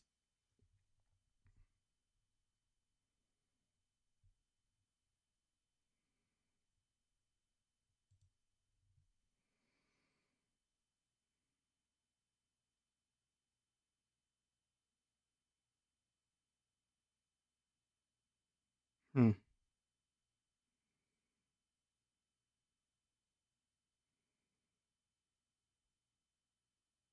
Very finicky.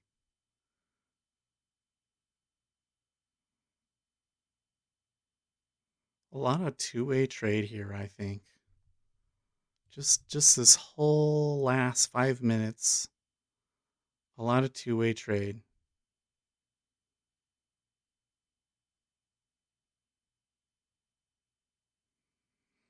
And I can see like the when I'm looking at the issues going up or down, it's like shifting a lot. And they gave me an out there and I didn't take it.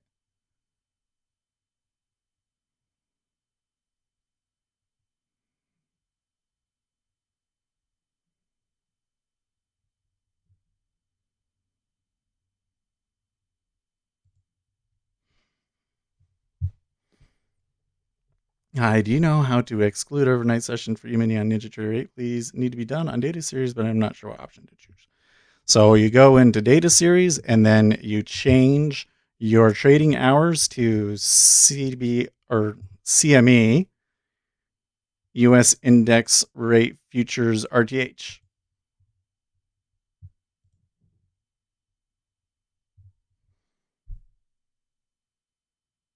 Well, I'm super disappointed in that one because that could have been super good and I didn't take it.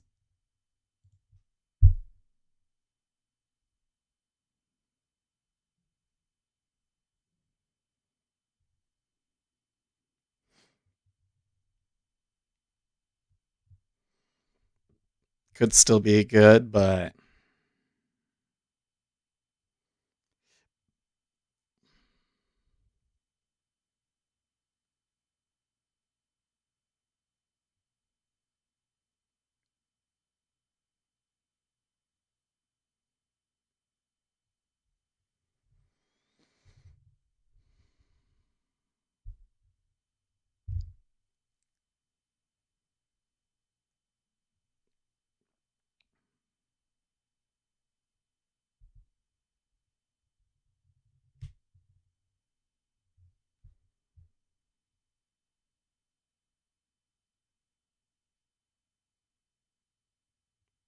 okay. Seller's making another new low.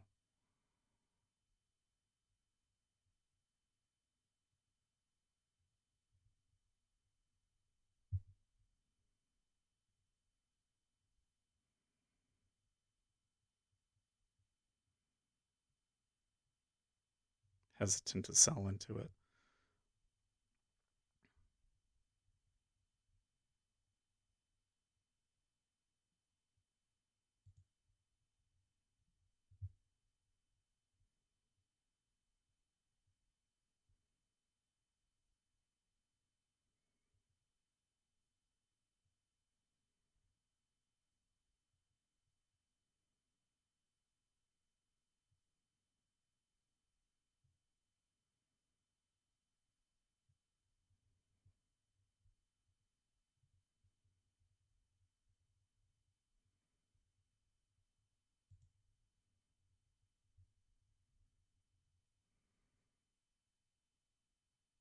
Hmm.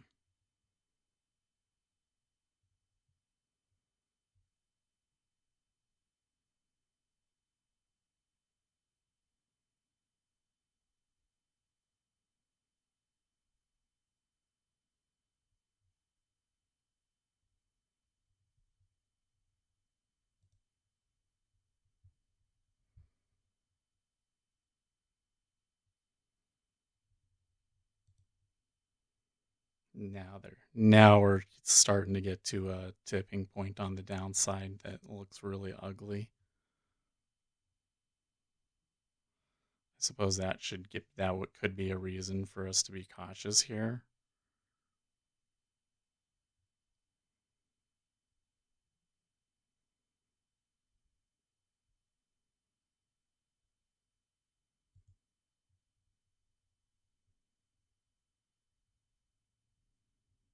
Okay.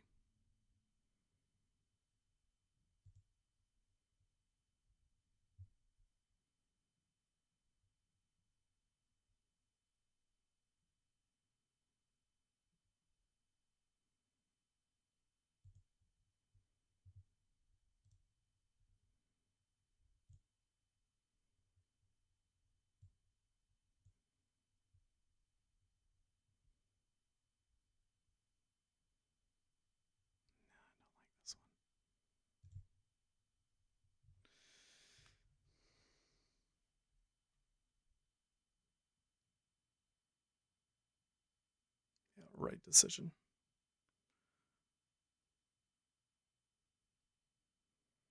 My positioning was really poor there.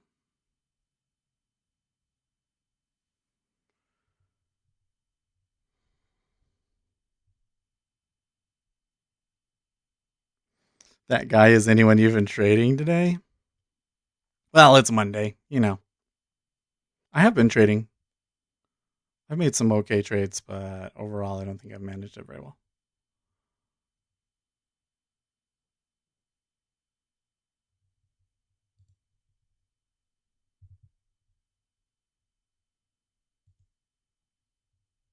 How did I get such a bad spot? Okay, well, momentum's going to come in and save me. New lows.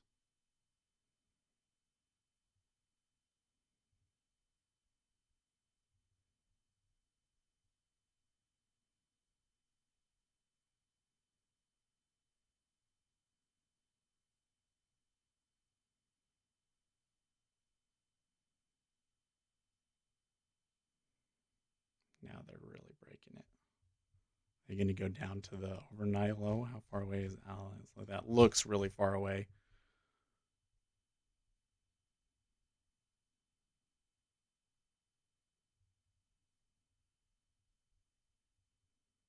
I don't know if in reality it's that bad, but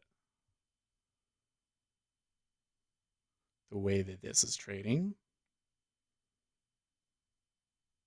doable, yes. Need to hold their pullback above 26.96. 26.96 fails, then anticipate deeper pullback. Okay.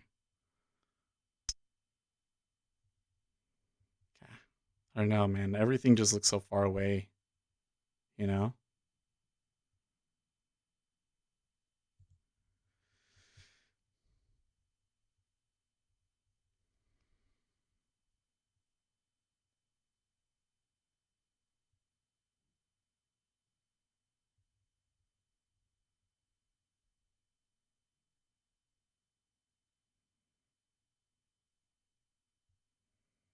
See how I'm keep seeing a possible turn, and so I've been really hesitant to hold on to the short. See that? That actually gives me a little bit of confidence to take a short. Oh man, I should have chased that one. It's okay.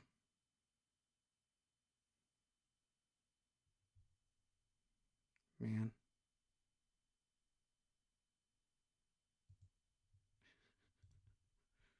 No.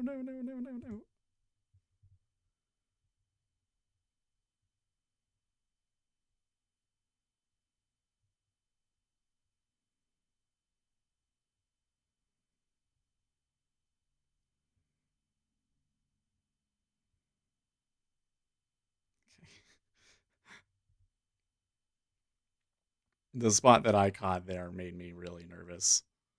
That after the way I saw it behave was not what I necessarily want to see. Okay. So after all of that,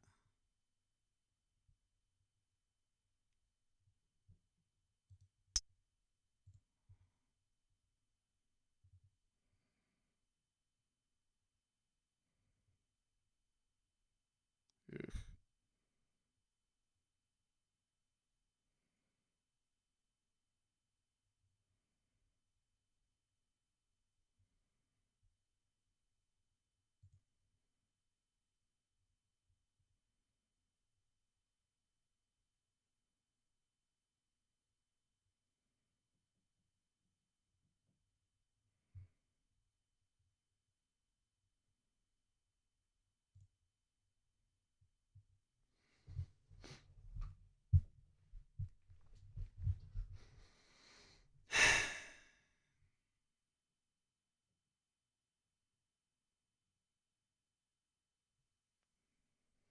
Oh wow, did they go and make that low again? So fast. Like they've gone from like almost almost gonna buy to like, oh, so bad so quickly.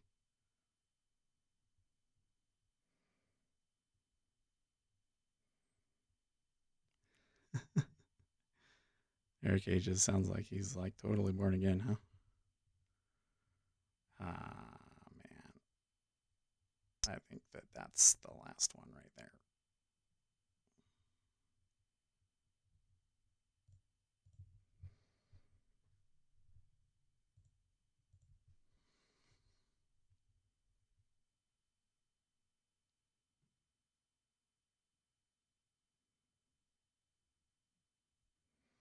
The range is like increasing exceedingly quickly.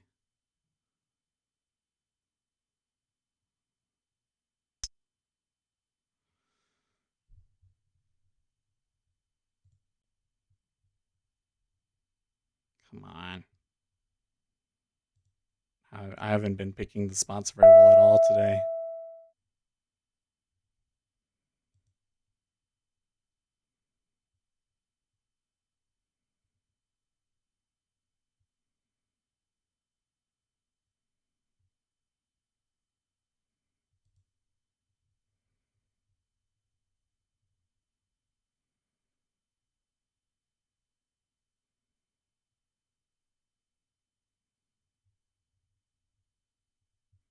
Okay, this one looks like a better spot.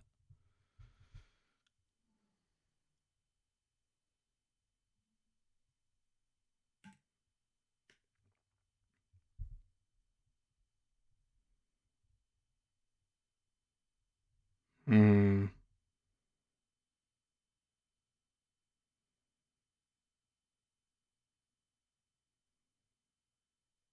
A lot of fight there.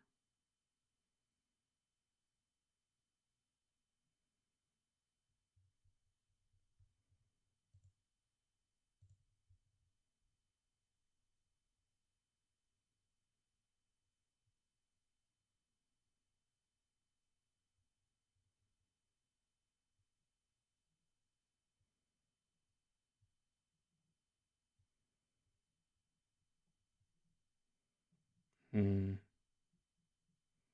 Feels like it gets down there really easily, doesn't it?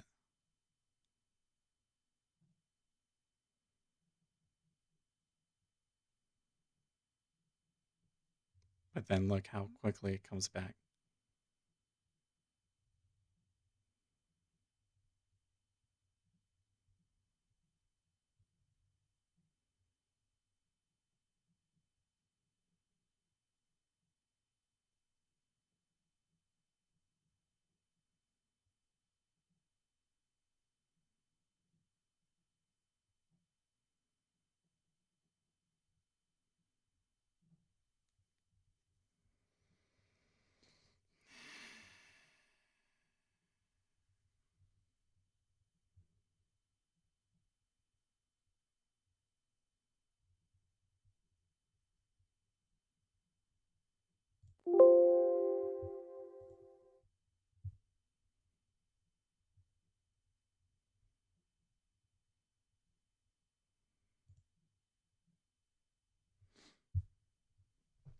Mm-mm.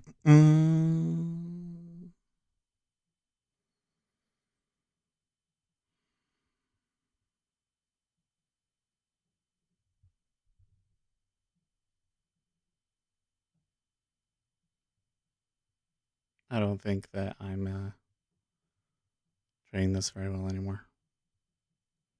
I think it's been making me really nervous.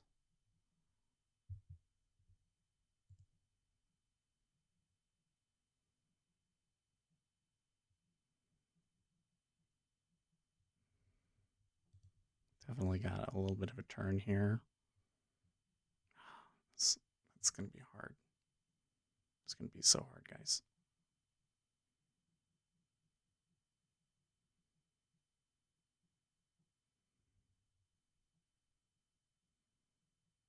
That sucks.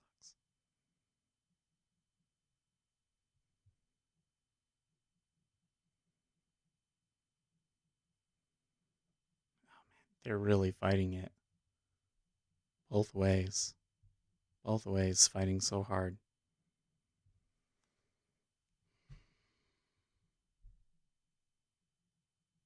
Okay. One more right here. Oops. Shoot.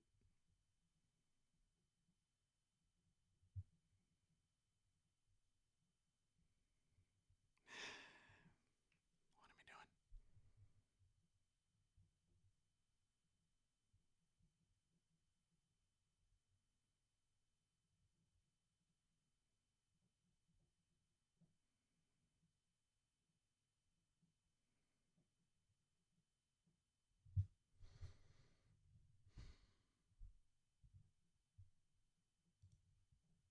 It's all over the place, guys.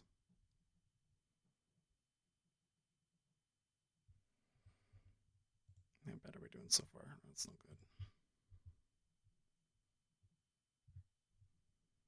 Move this over here. So you can keep an eye on it.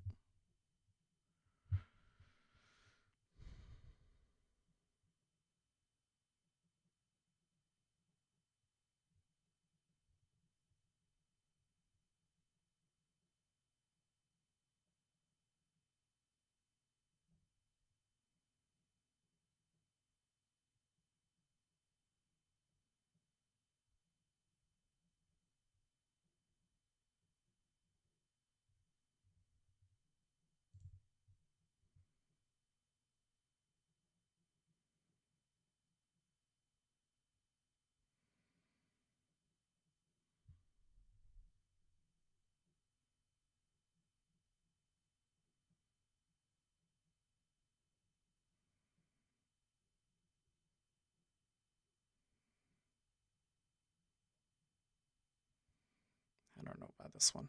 I'm really relying on momentum here.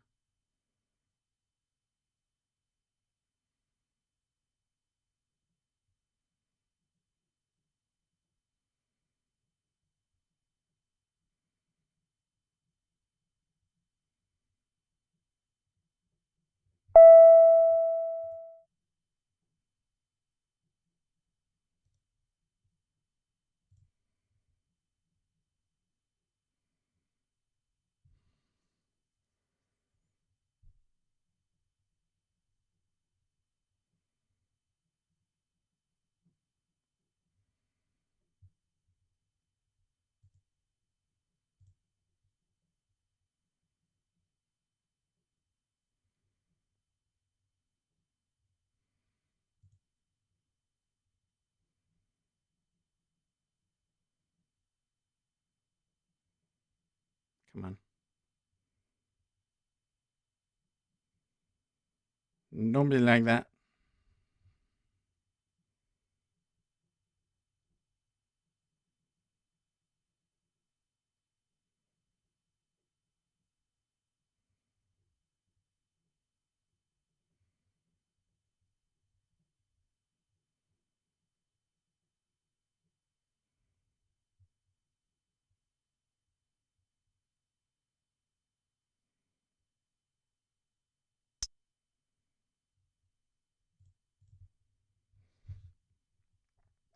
They're fighting you so hard it's almost not fair. I'm not trading in a very good spot, am I? See, I'm like, if I took it right here, oh, like a run away from me. That's funny. Okay, so if I do it right here, see, like I'm too far down. So that doesn't really make sense, right?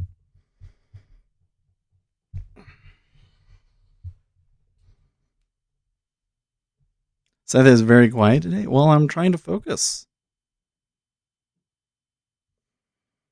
But they're crossing the line so many fucking times.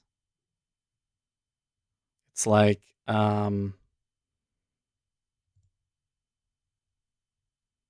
very balanced. Oh, well, I actually caught a good initial entry that time at least. So there's that. In fact, right here, I think I'll take another one.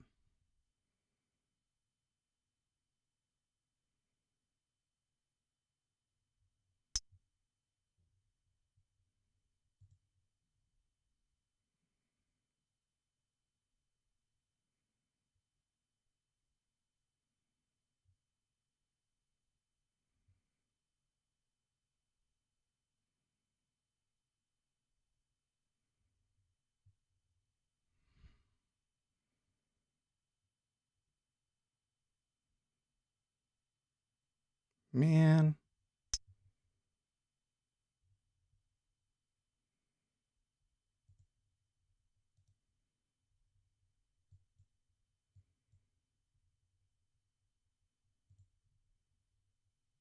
You gotta be kidding me, right? See, here's where I really should be taking it. But we'll see. They might just plummet.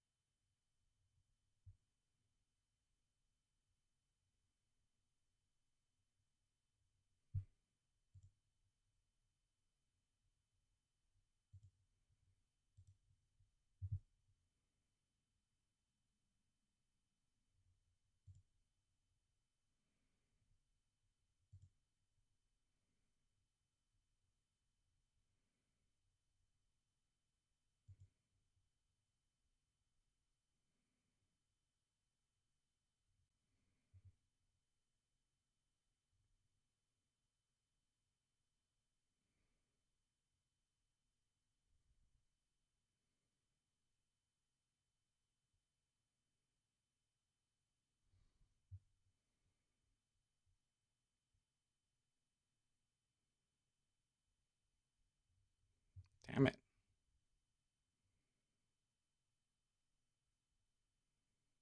No. Fuck. What the hell? Well.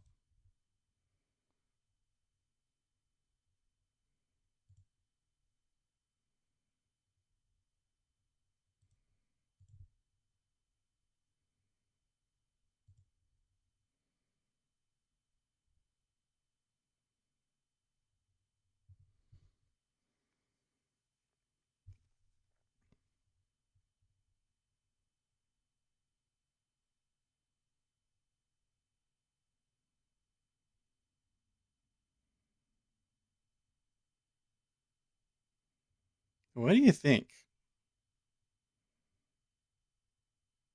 Is this just the one day that what I've been trying to do just really doesn't work very well? Have I been trying to fight the trend too much? Is it specifically fighting me? I'm not so sure. I think we should change the subject in chat because I need help here. Okay.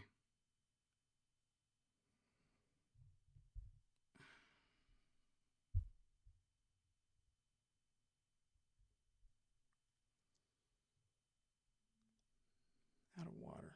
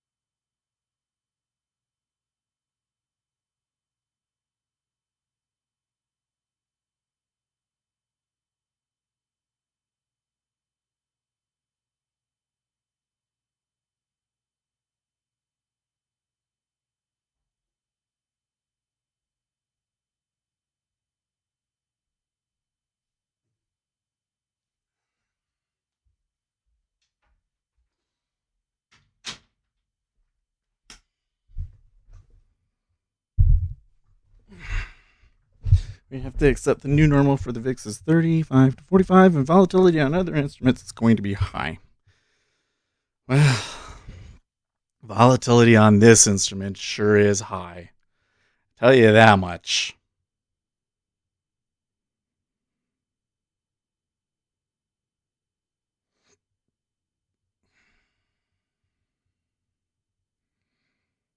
I've been doing okay on my shorts, but they're not really paying out.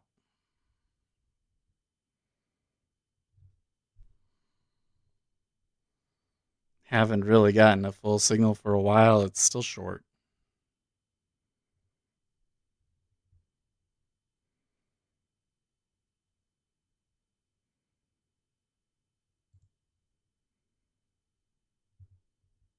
See how as soon as I get in, then they start doing something, huh? What's with that?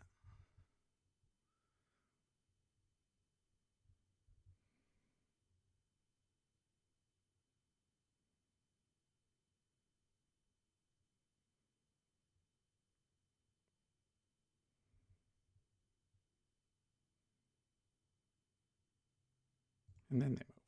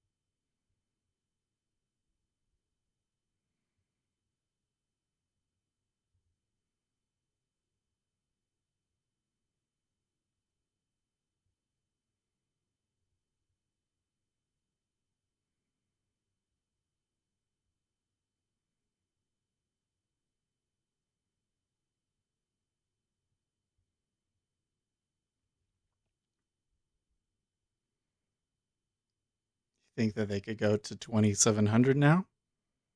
Kind of looks like the downside target. Nearest downside target. It's slowed down considerably. They're just kind of hanging out at the low.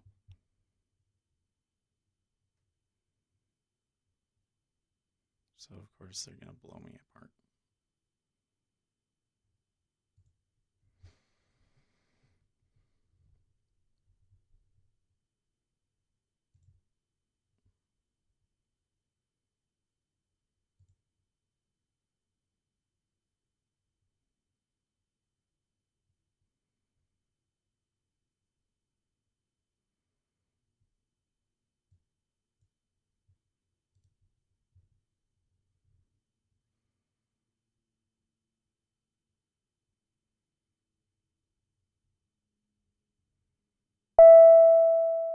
Okay.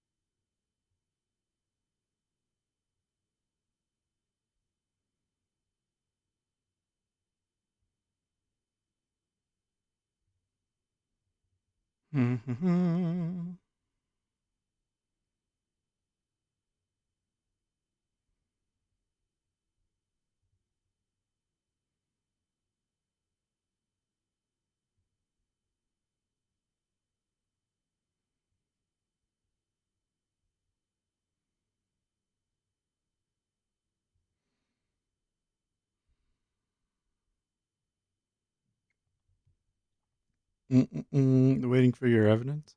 Well, there's certainly evidence otherwise that we wouldn't even have any concept of God, right? People have claimed things about him that you could consider evidence, but not conclusive evidence, right? Not conclusively proven. But anyways, I don't know if you guys are getting too far. I think we should change the subject. Okay.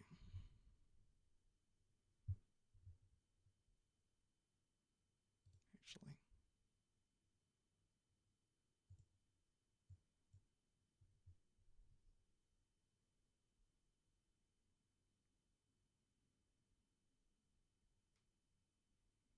No.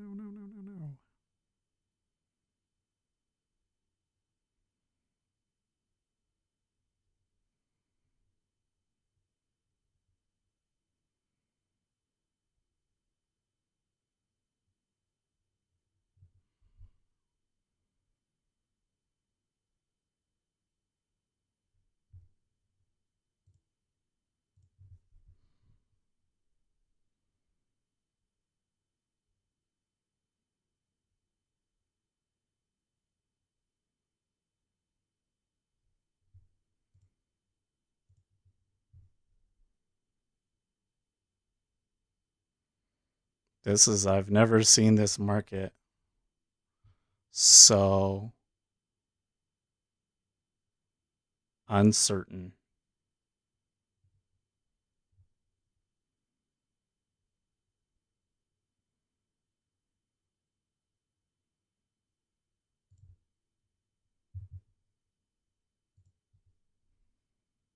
Of course.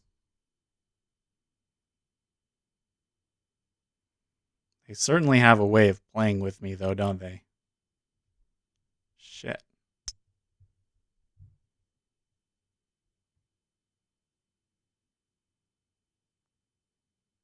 Okay, air cages.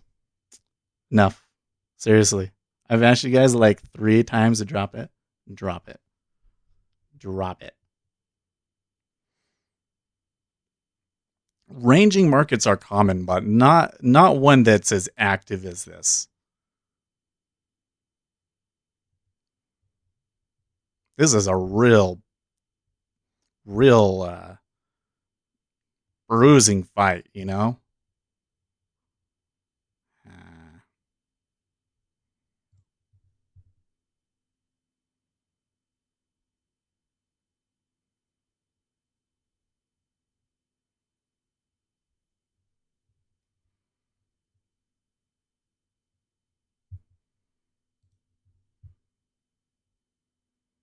Lol, why are you calling me out, Seth? Am I talking to myself?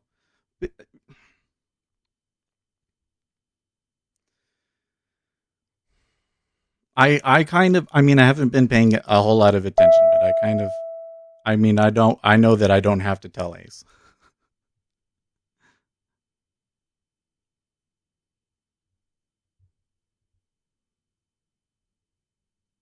Well, I don't even know what that one means.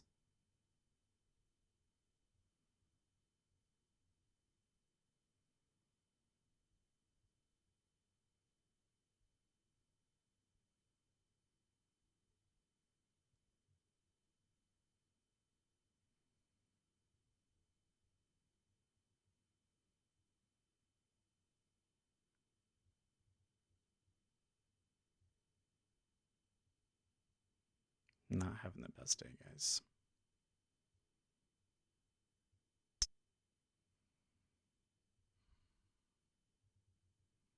Maybe she'll give me a good one.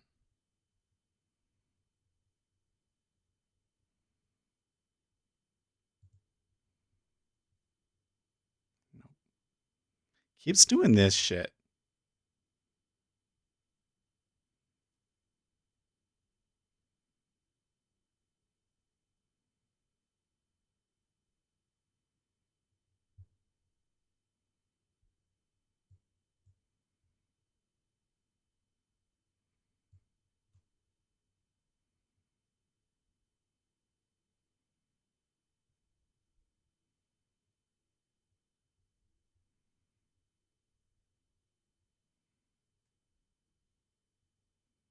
It's going to get me.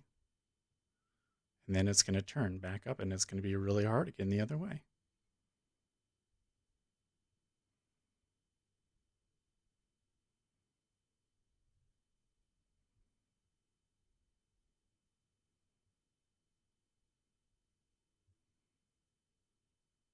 Well,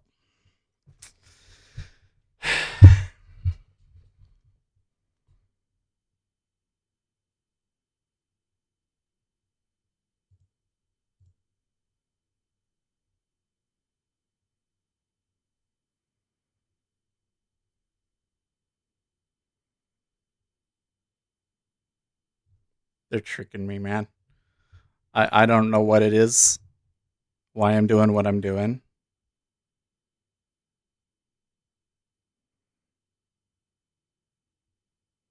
The momentum is clearly down, and yet it's so hard to get paid on short. So I'll certainly, if I'm trying to take them as she goes, but look at this.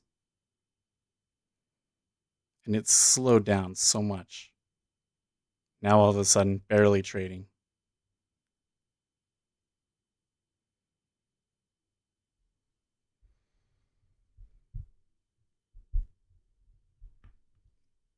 And the thing is I think we're at a spot where they should just be careening down, you know? Is that a live? I did take some live trades.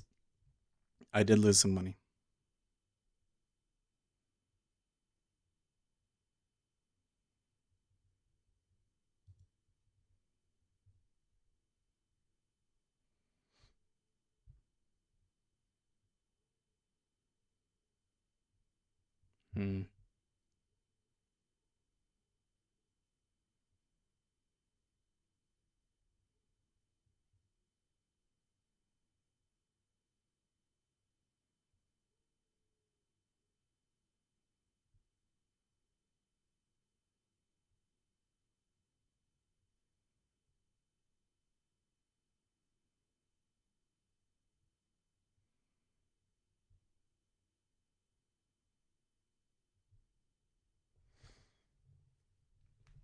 Why is my adverse excursion so much more?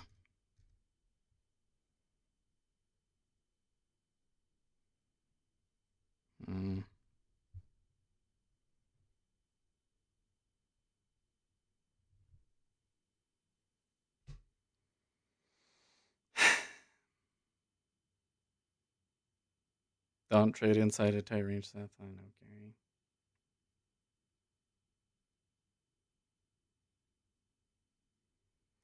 When I look at it, it doesn't look like a tight range. I don't know what's wrong with me today, man. I'm keep hoping that I'm gonna catch it. You know, figure it out. And it's just not happening. And like I catch one and I'd be like, okay, now this is the one that I can like load up on and let it go, and it doesn't happen.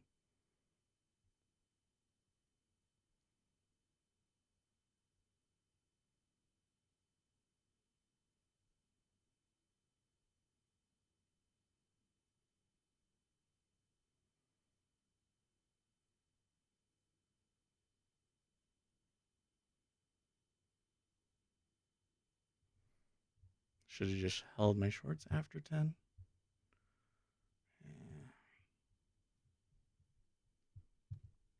I mean, I had some shorts way up there, but like, these are all losers.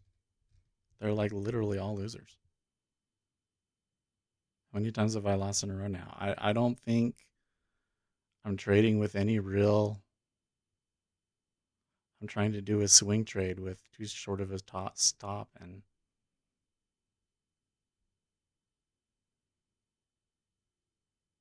failing miserably.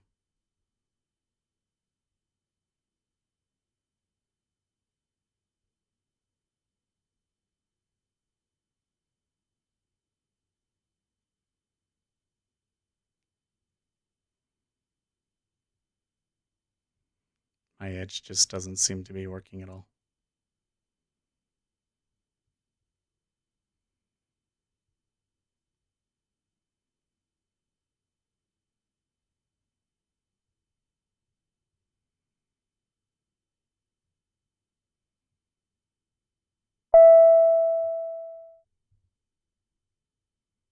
Okay.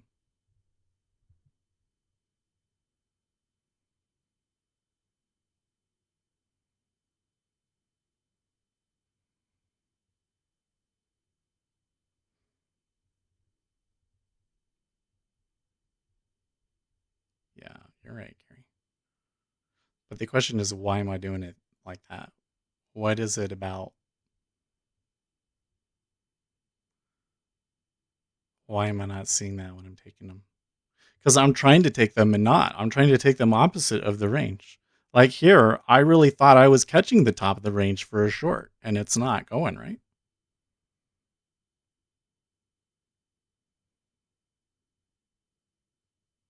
I'm really trying to play the 5-minute range, but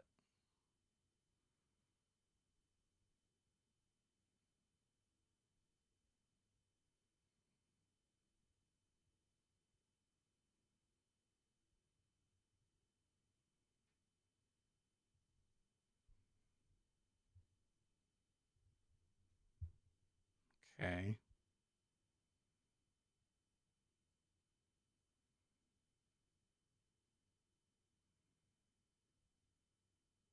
The most frustrating thing is that it started out so well, you know what I mean? Try to find exit signals. Okay, well, yeah, that's probably right.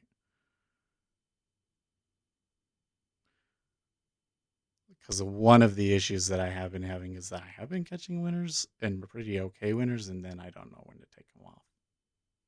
See, like this right here is a pretty good winner.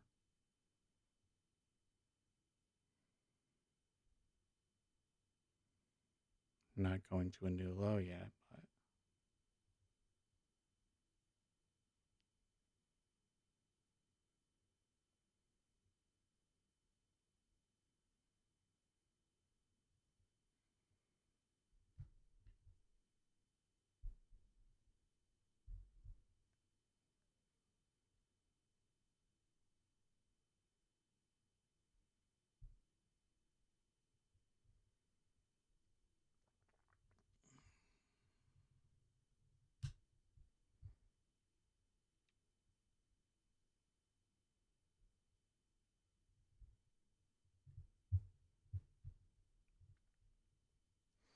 you're forcing a judgment to be. Now, let's hold on, back up. Because we have a particular strategy, right? That we have some evidence that shows that it works well. Okay, so the question is, what is it the way that I'm particularly playing that particular strategy? And it is based on a 1-minute chart. So I'm not going to completely retrace and start swing trading because you think that I'd be more successful swing trading. That wouldn't make a whole lot of sense, guys.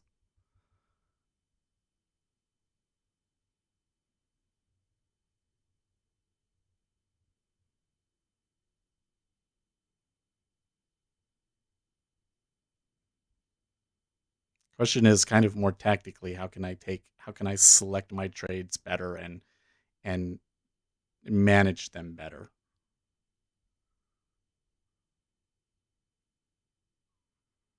Okay.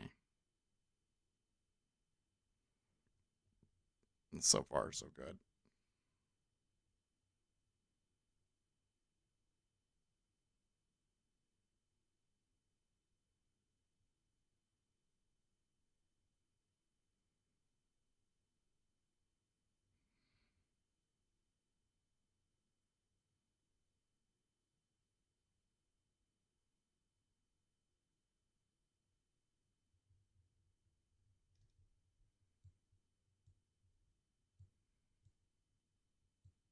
So let's try managing this a little bit better.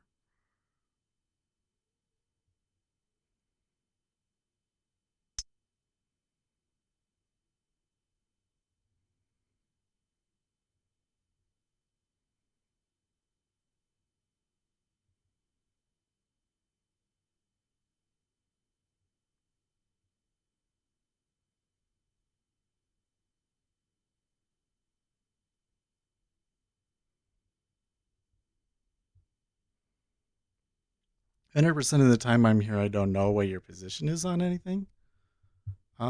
So again, pay attention to this column over here. That's my position right there. That tells you exactly how much I'll make or lose on a trade.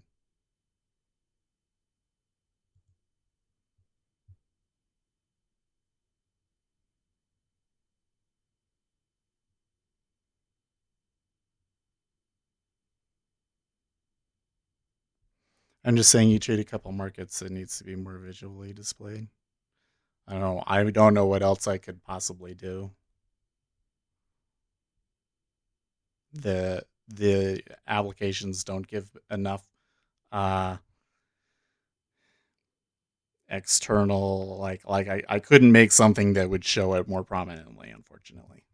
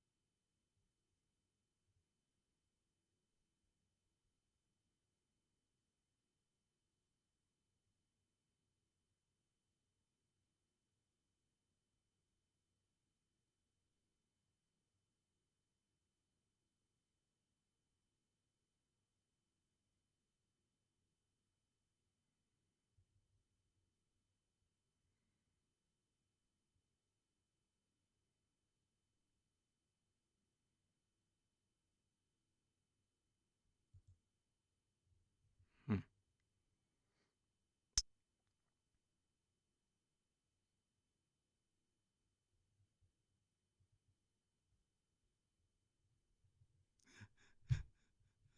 Relax, this is fine. I mean, he has an okay point.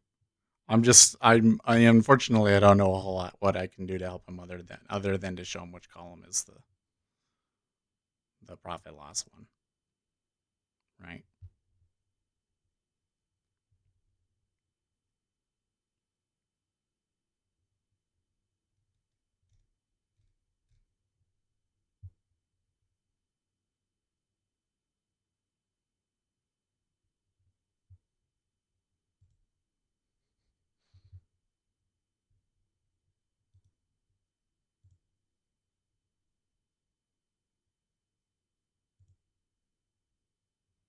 Wow, can you believe that?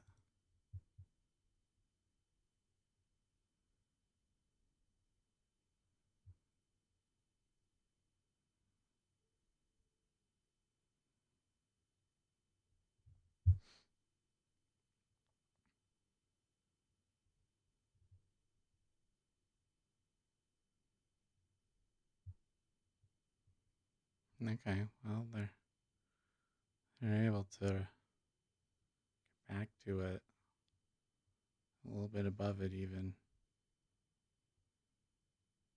So that's probably going to result in a decent long.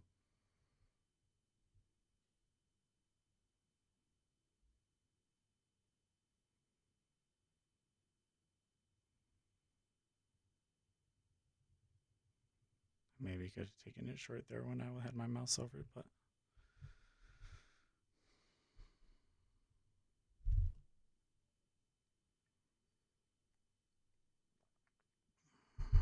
907. You think there's more opportunity in this?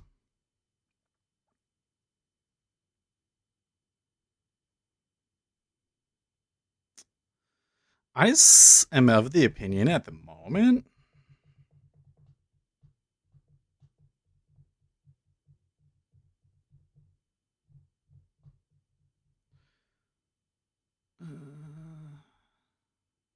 No one likes to see a grown man get pummeled. I really got beat up there, man. I can only blame myself for that action, but it's really a little bit confusing how it can be so bad. Is it really because I'm just not taking profits on anything? I don't understand. Alex says volume is really low. Is it really? No. One of the things I'm noticing is that even though they're pushing down, it doesn't look very encouraging. Like I really don't at the moment. How can I say this? At the moment, it doesn't look like they're going to get to 2,700. And if they fail to make it to 2,700, then this is going to be a big up. Like it's going to snap right back. I thought that was going to happen way back here, but I don't know why I was thinking that.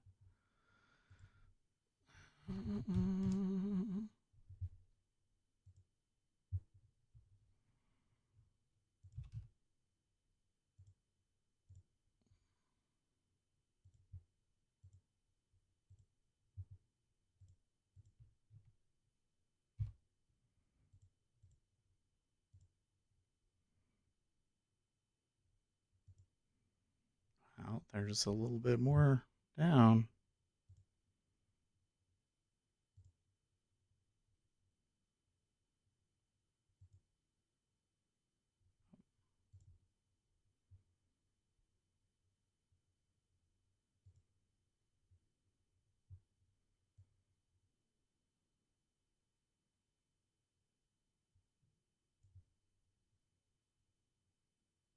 It says that they can do it, but I don't know if they're actually going to.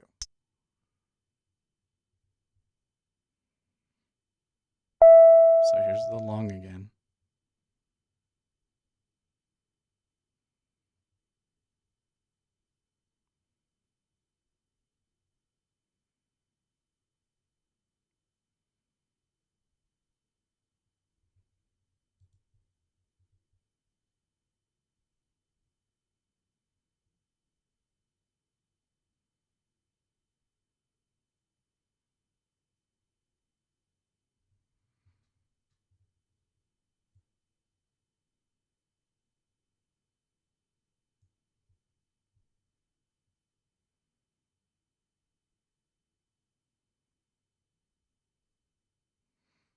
That downtrend was so long and extended and difficult that if it actually turns positive, it's going to do so really hard.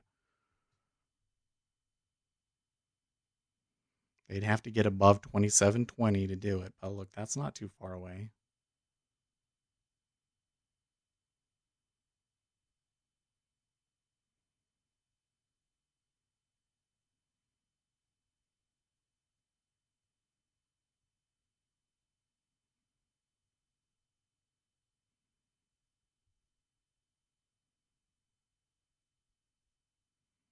Somebody's still absorbing on the offside. Look at that. Okay.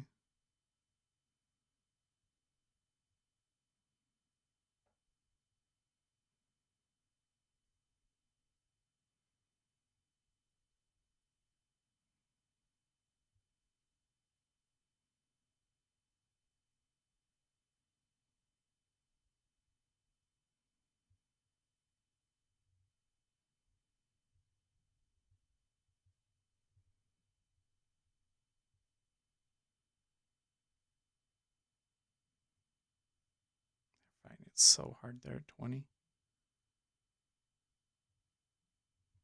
They know. He knows. He knows that a lot more buyers come in if they get above that.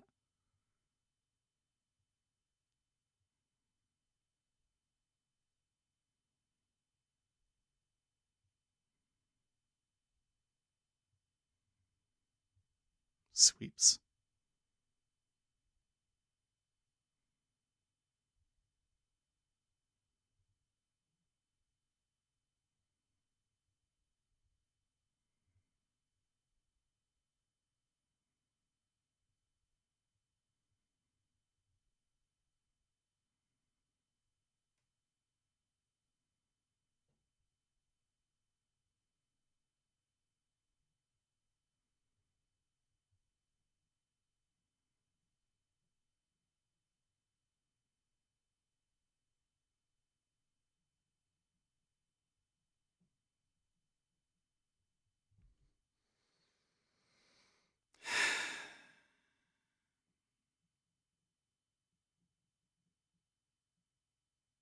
So iceberging at 19.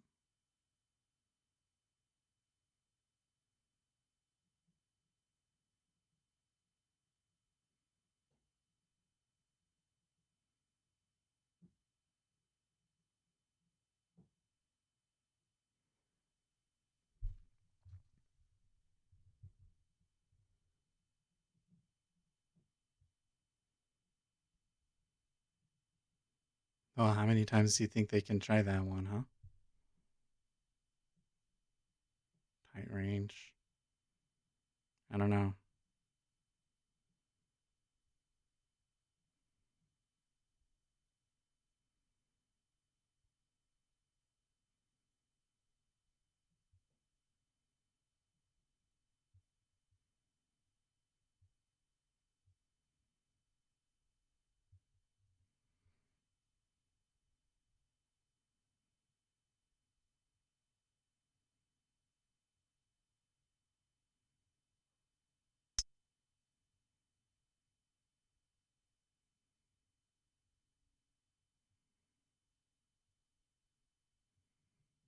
Okay.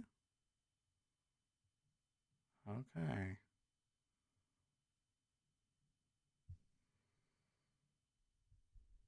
So they weren't able to do it in that 5-minute bar.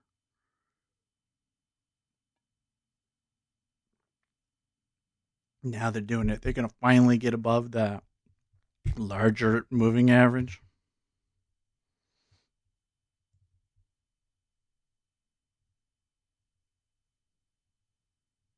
Around 22 or so.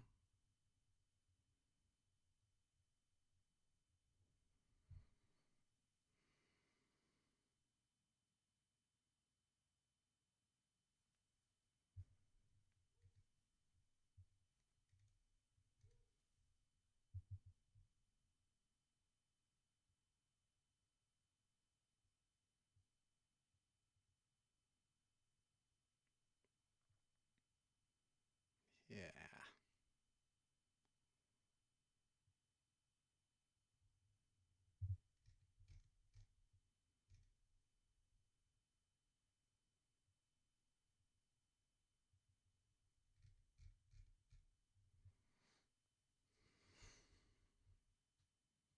Well, I guess we'll see how long I can hold this one.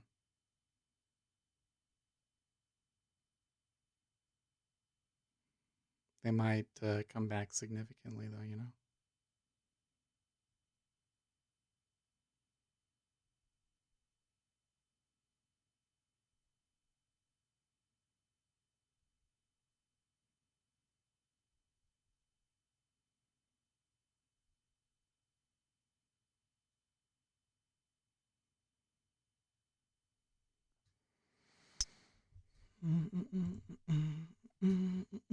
The time creating price decay is rough. Oh, you guys are talking about options.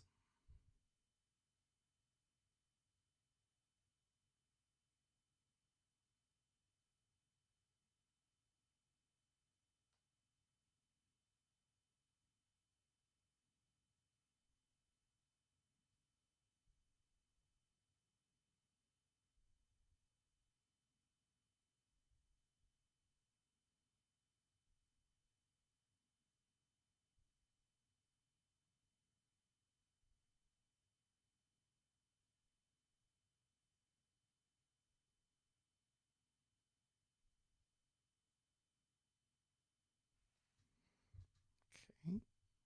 Need to reset that. So let's look at the volume at 23 there.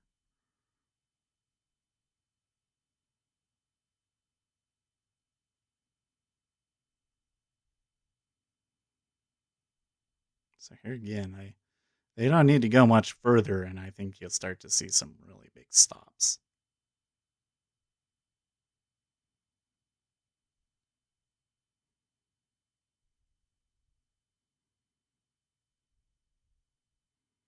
But can they actually do it? They would need to get above 27, 24, 75.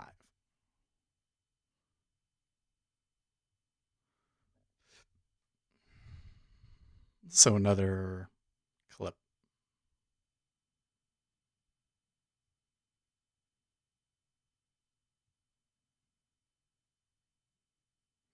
Seth, is the dollar weak or strong? The dollar has been getting stronger slightly. Still not super significant. If I'll make it big here for you.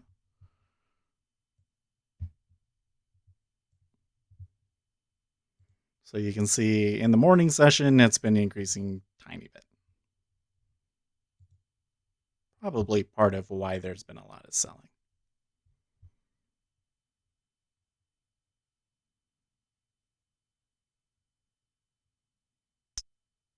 No.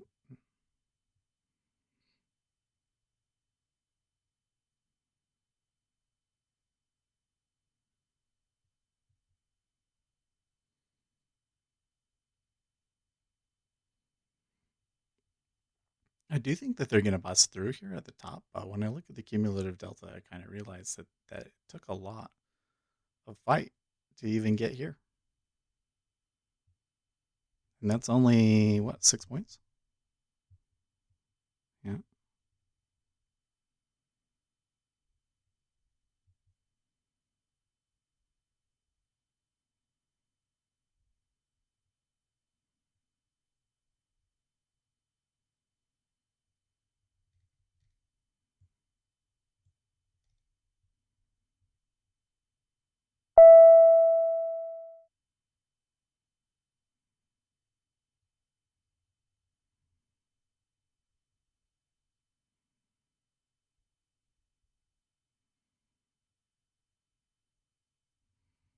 Okay, so I didn't see the volume come in there on the ding.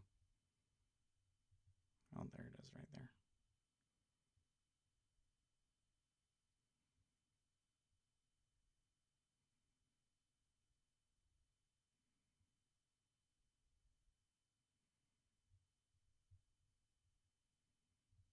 Cool. Right back up there really easily. Why are the treasuries bidding it up there?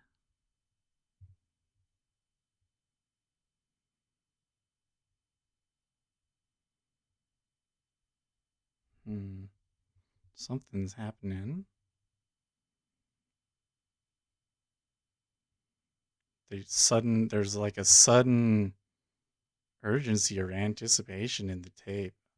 That's a little weird.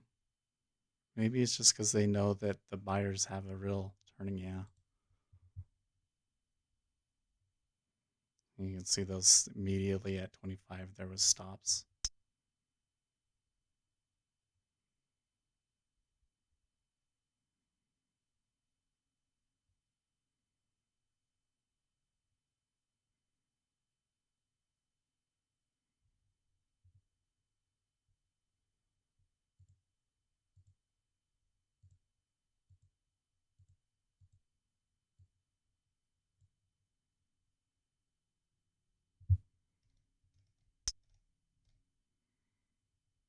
Okay.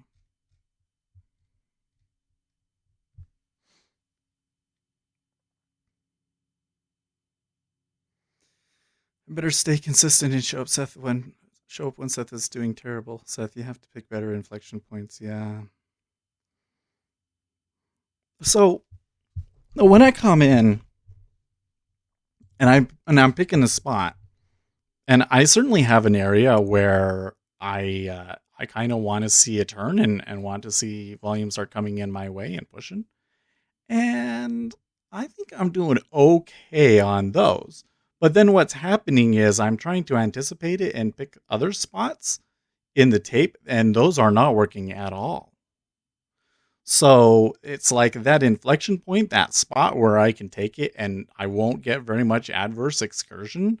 I'm just not finding it at all. And I feel like that there's something about the way I'm trying to pick them that's just absolutely wrong. You know?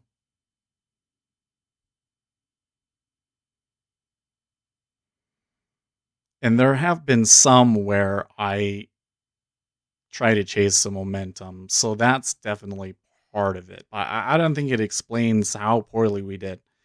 And there's also this thing of trying to get them to run. So you notice here, I got it in. I'm about to get a $50 one, but you know, how many times did I get one that was almost $50 and then it came back all the way on me? I think this one is a little bit different because there's some points that we've crossed this time that we couldn't in the previous ones, but still. Okay, he says that he was long at the 25.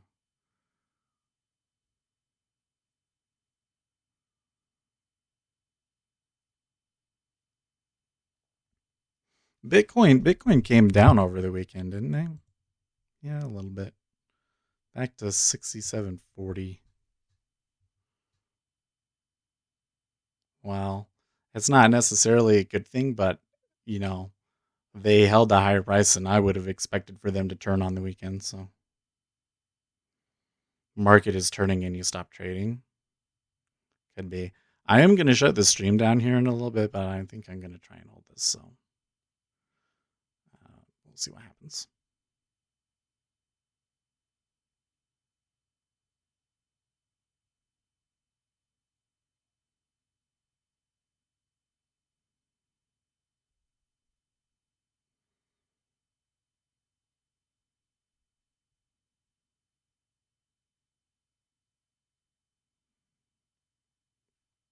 At the moment, I really feel like that this buy has been much stronger than the sell.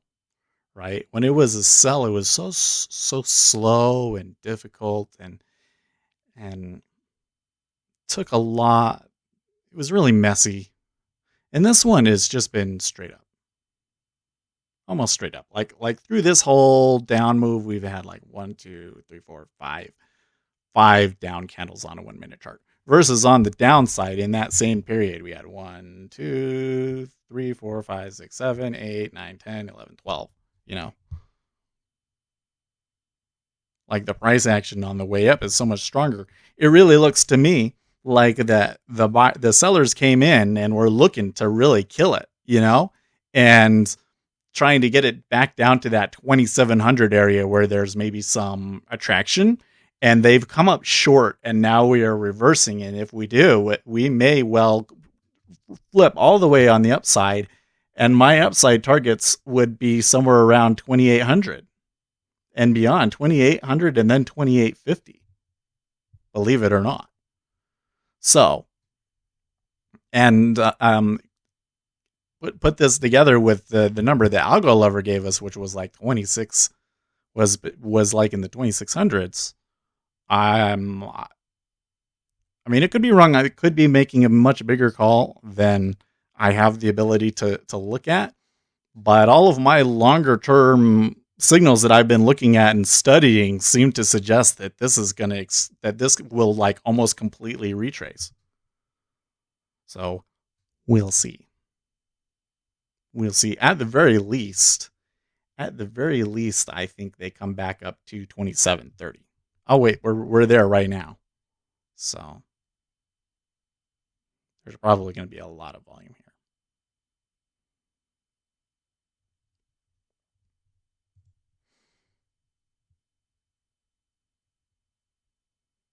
Don't go, Algo says at Ace. What makes you think he is trading live? I don't understand what you guys are talking about.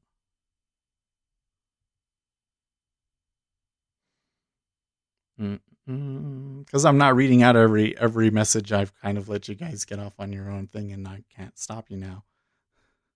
And I don't have the reader to get you back on track.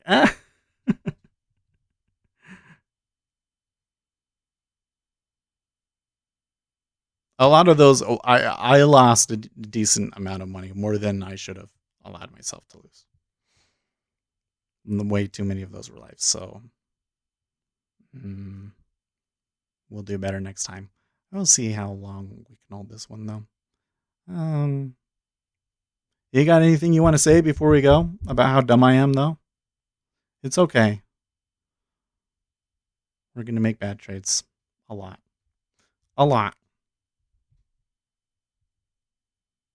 This one's great.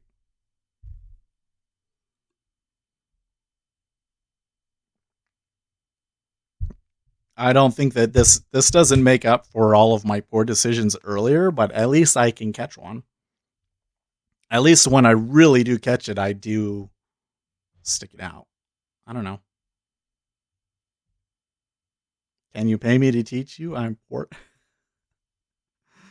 Isn't that the way it is with everybody in the market? I really do think that people make more money off of the education than they do from trading. Like overall,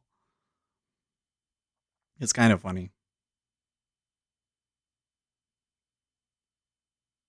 Seth, you're a great trader. Stop beating yourself up. Well, I just made a mistake there. Like, well, for one thing, I think I took a little too many longs. But then we were getting into that range, and I took a lot of trades in there and everything, and I really should have stopped there. I guess I'm glad that I kept going and working it out, but how can you be a trading instructor and still be poor? Well, I don't instruct anybody. Oh, maybe you're talking about Ryan. RJ Will says 100%. I think he's referring to the, I was in a range and I took too many trades in there and I should have just stopped. No, for real, Seth. I know I have done a lot of studying. Yeah. But it's this analogy that I get into all the time. I'll give it again because I really want to see this idea out there more. I think that the retail trading market would benefit significantly if they understood this thing. It is a competitive sport. You can't go and read a book and then go and play in the NBA. And that's what most retail traders are trying to do, right? Doesn't work that way. You want to get good at basketball, you have to play basketball. If you want to get good at trading, you have to trade. But here's the difference. In basketball, you can go and you can practice without playing in the NBA. In trading, you have to play in the NBA, and they let anybody in the NBA, and you'll just get creamed by the best people. So, practice with a demo account, right? And it take a long time until you're NBA level. And then maybe you can make some money, And when you didn't make it, probably there's going to be these situations where, you'll break even, maybe make just a little bit, and then you'll have this 1 month that will be amazing. That's typically the way that it works for retail traders. So those two things, I think that if people took it from that mindset, that they would they would make a lot more out of the education, because they wouldn't say, oh, okay, this education, I just trade this one way that they're going to tell me, and then I'm always going to win. And it doesn't work that way. So, okay, well, I'm getting it short there. I might have to take this off somewhere, but I got to get going. So I will see you guys tomorrow. We'll do better then. And in the meantime, stay profitable, friends.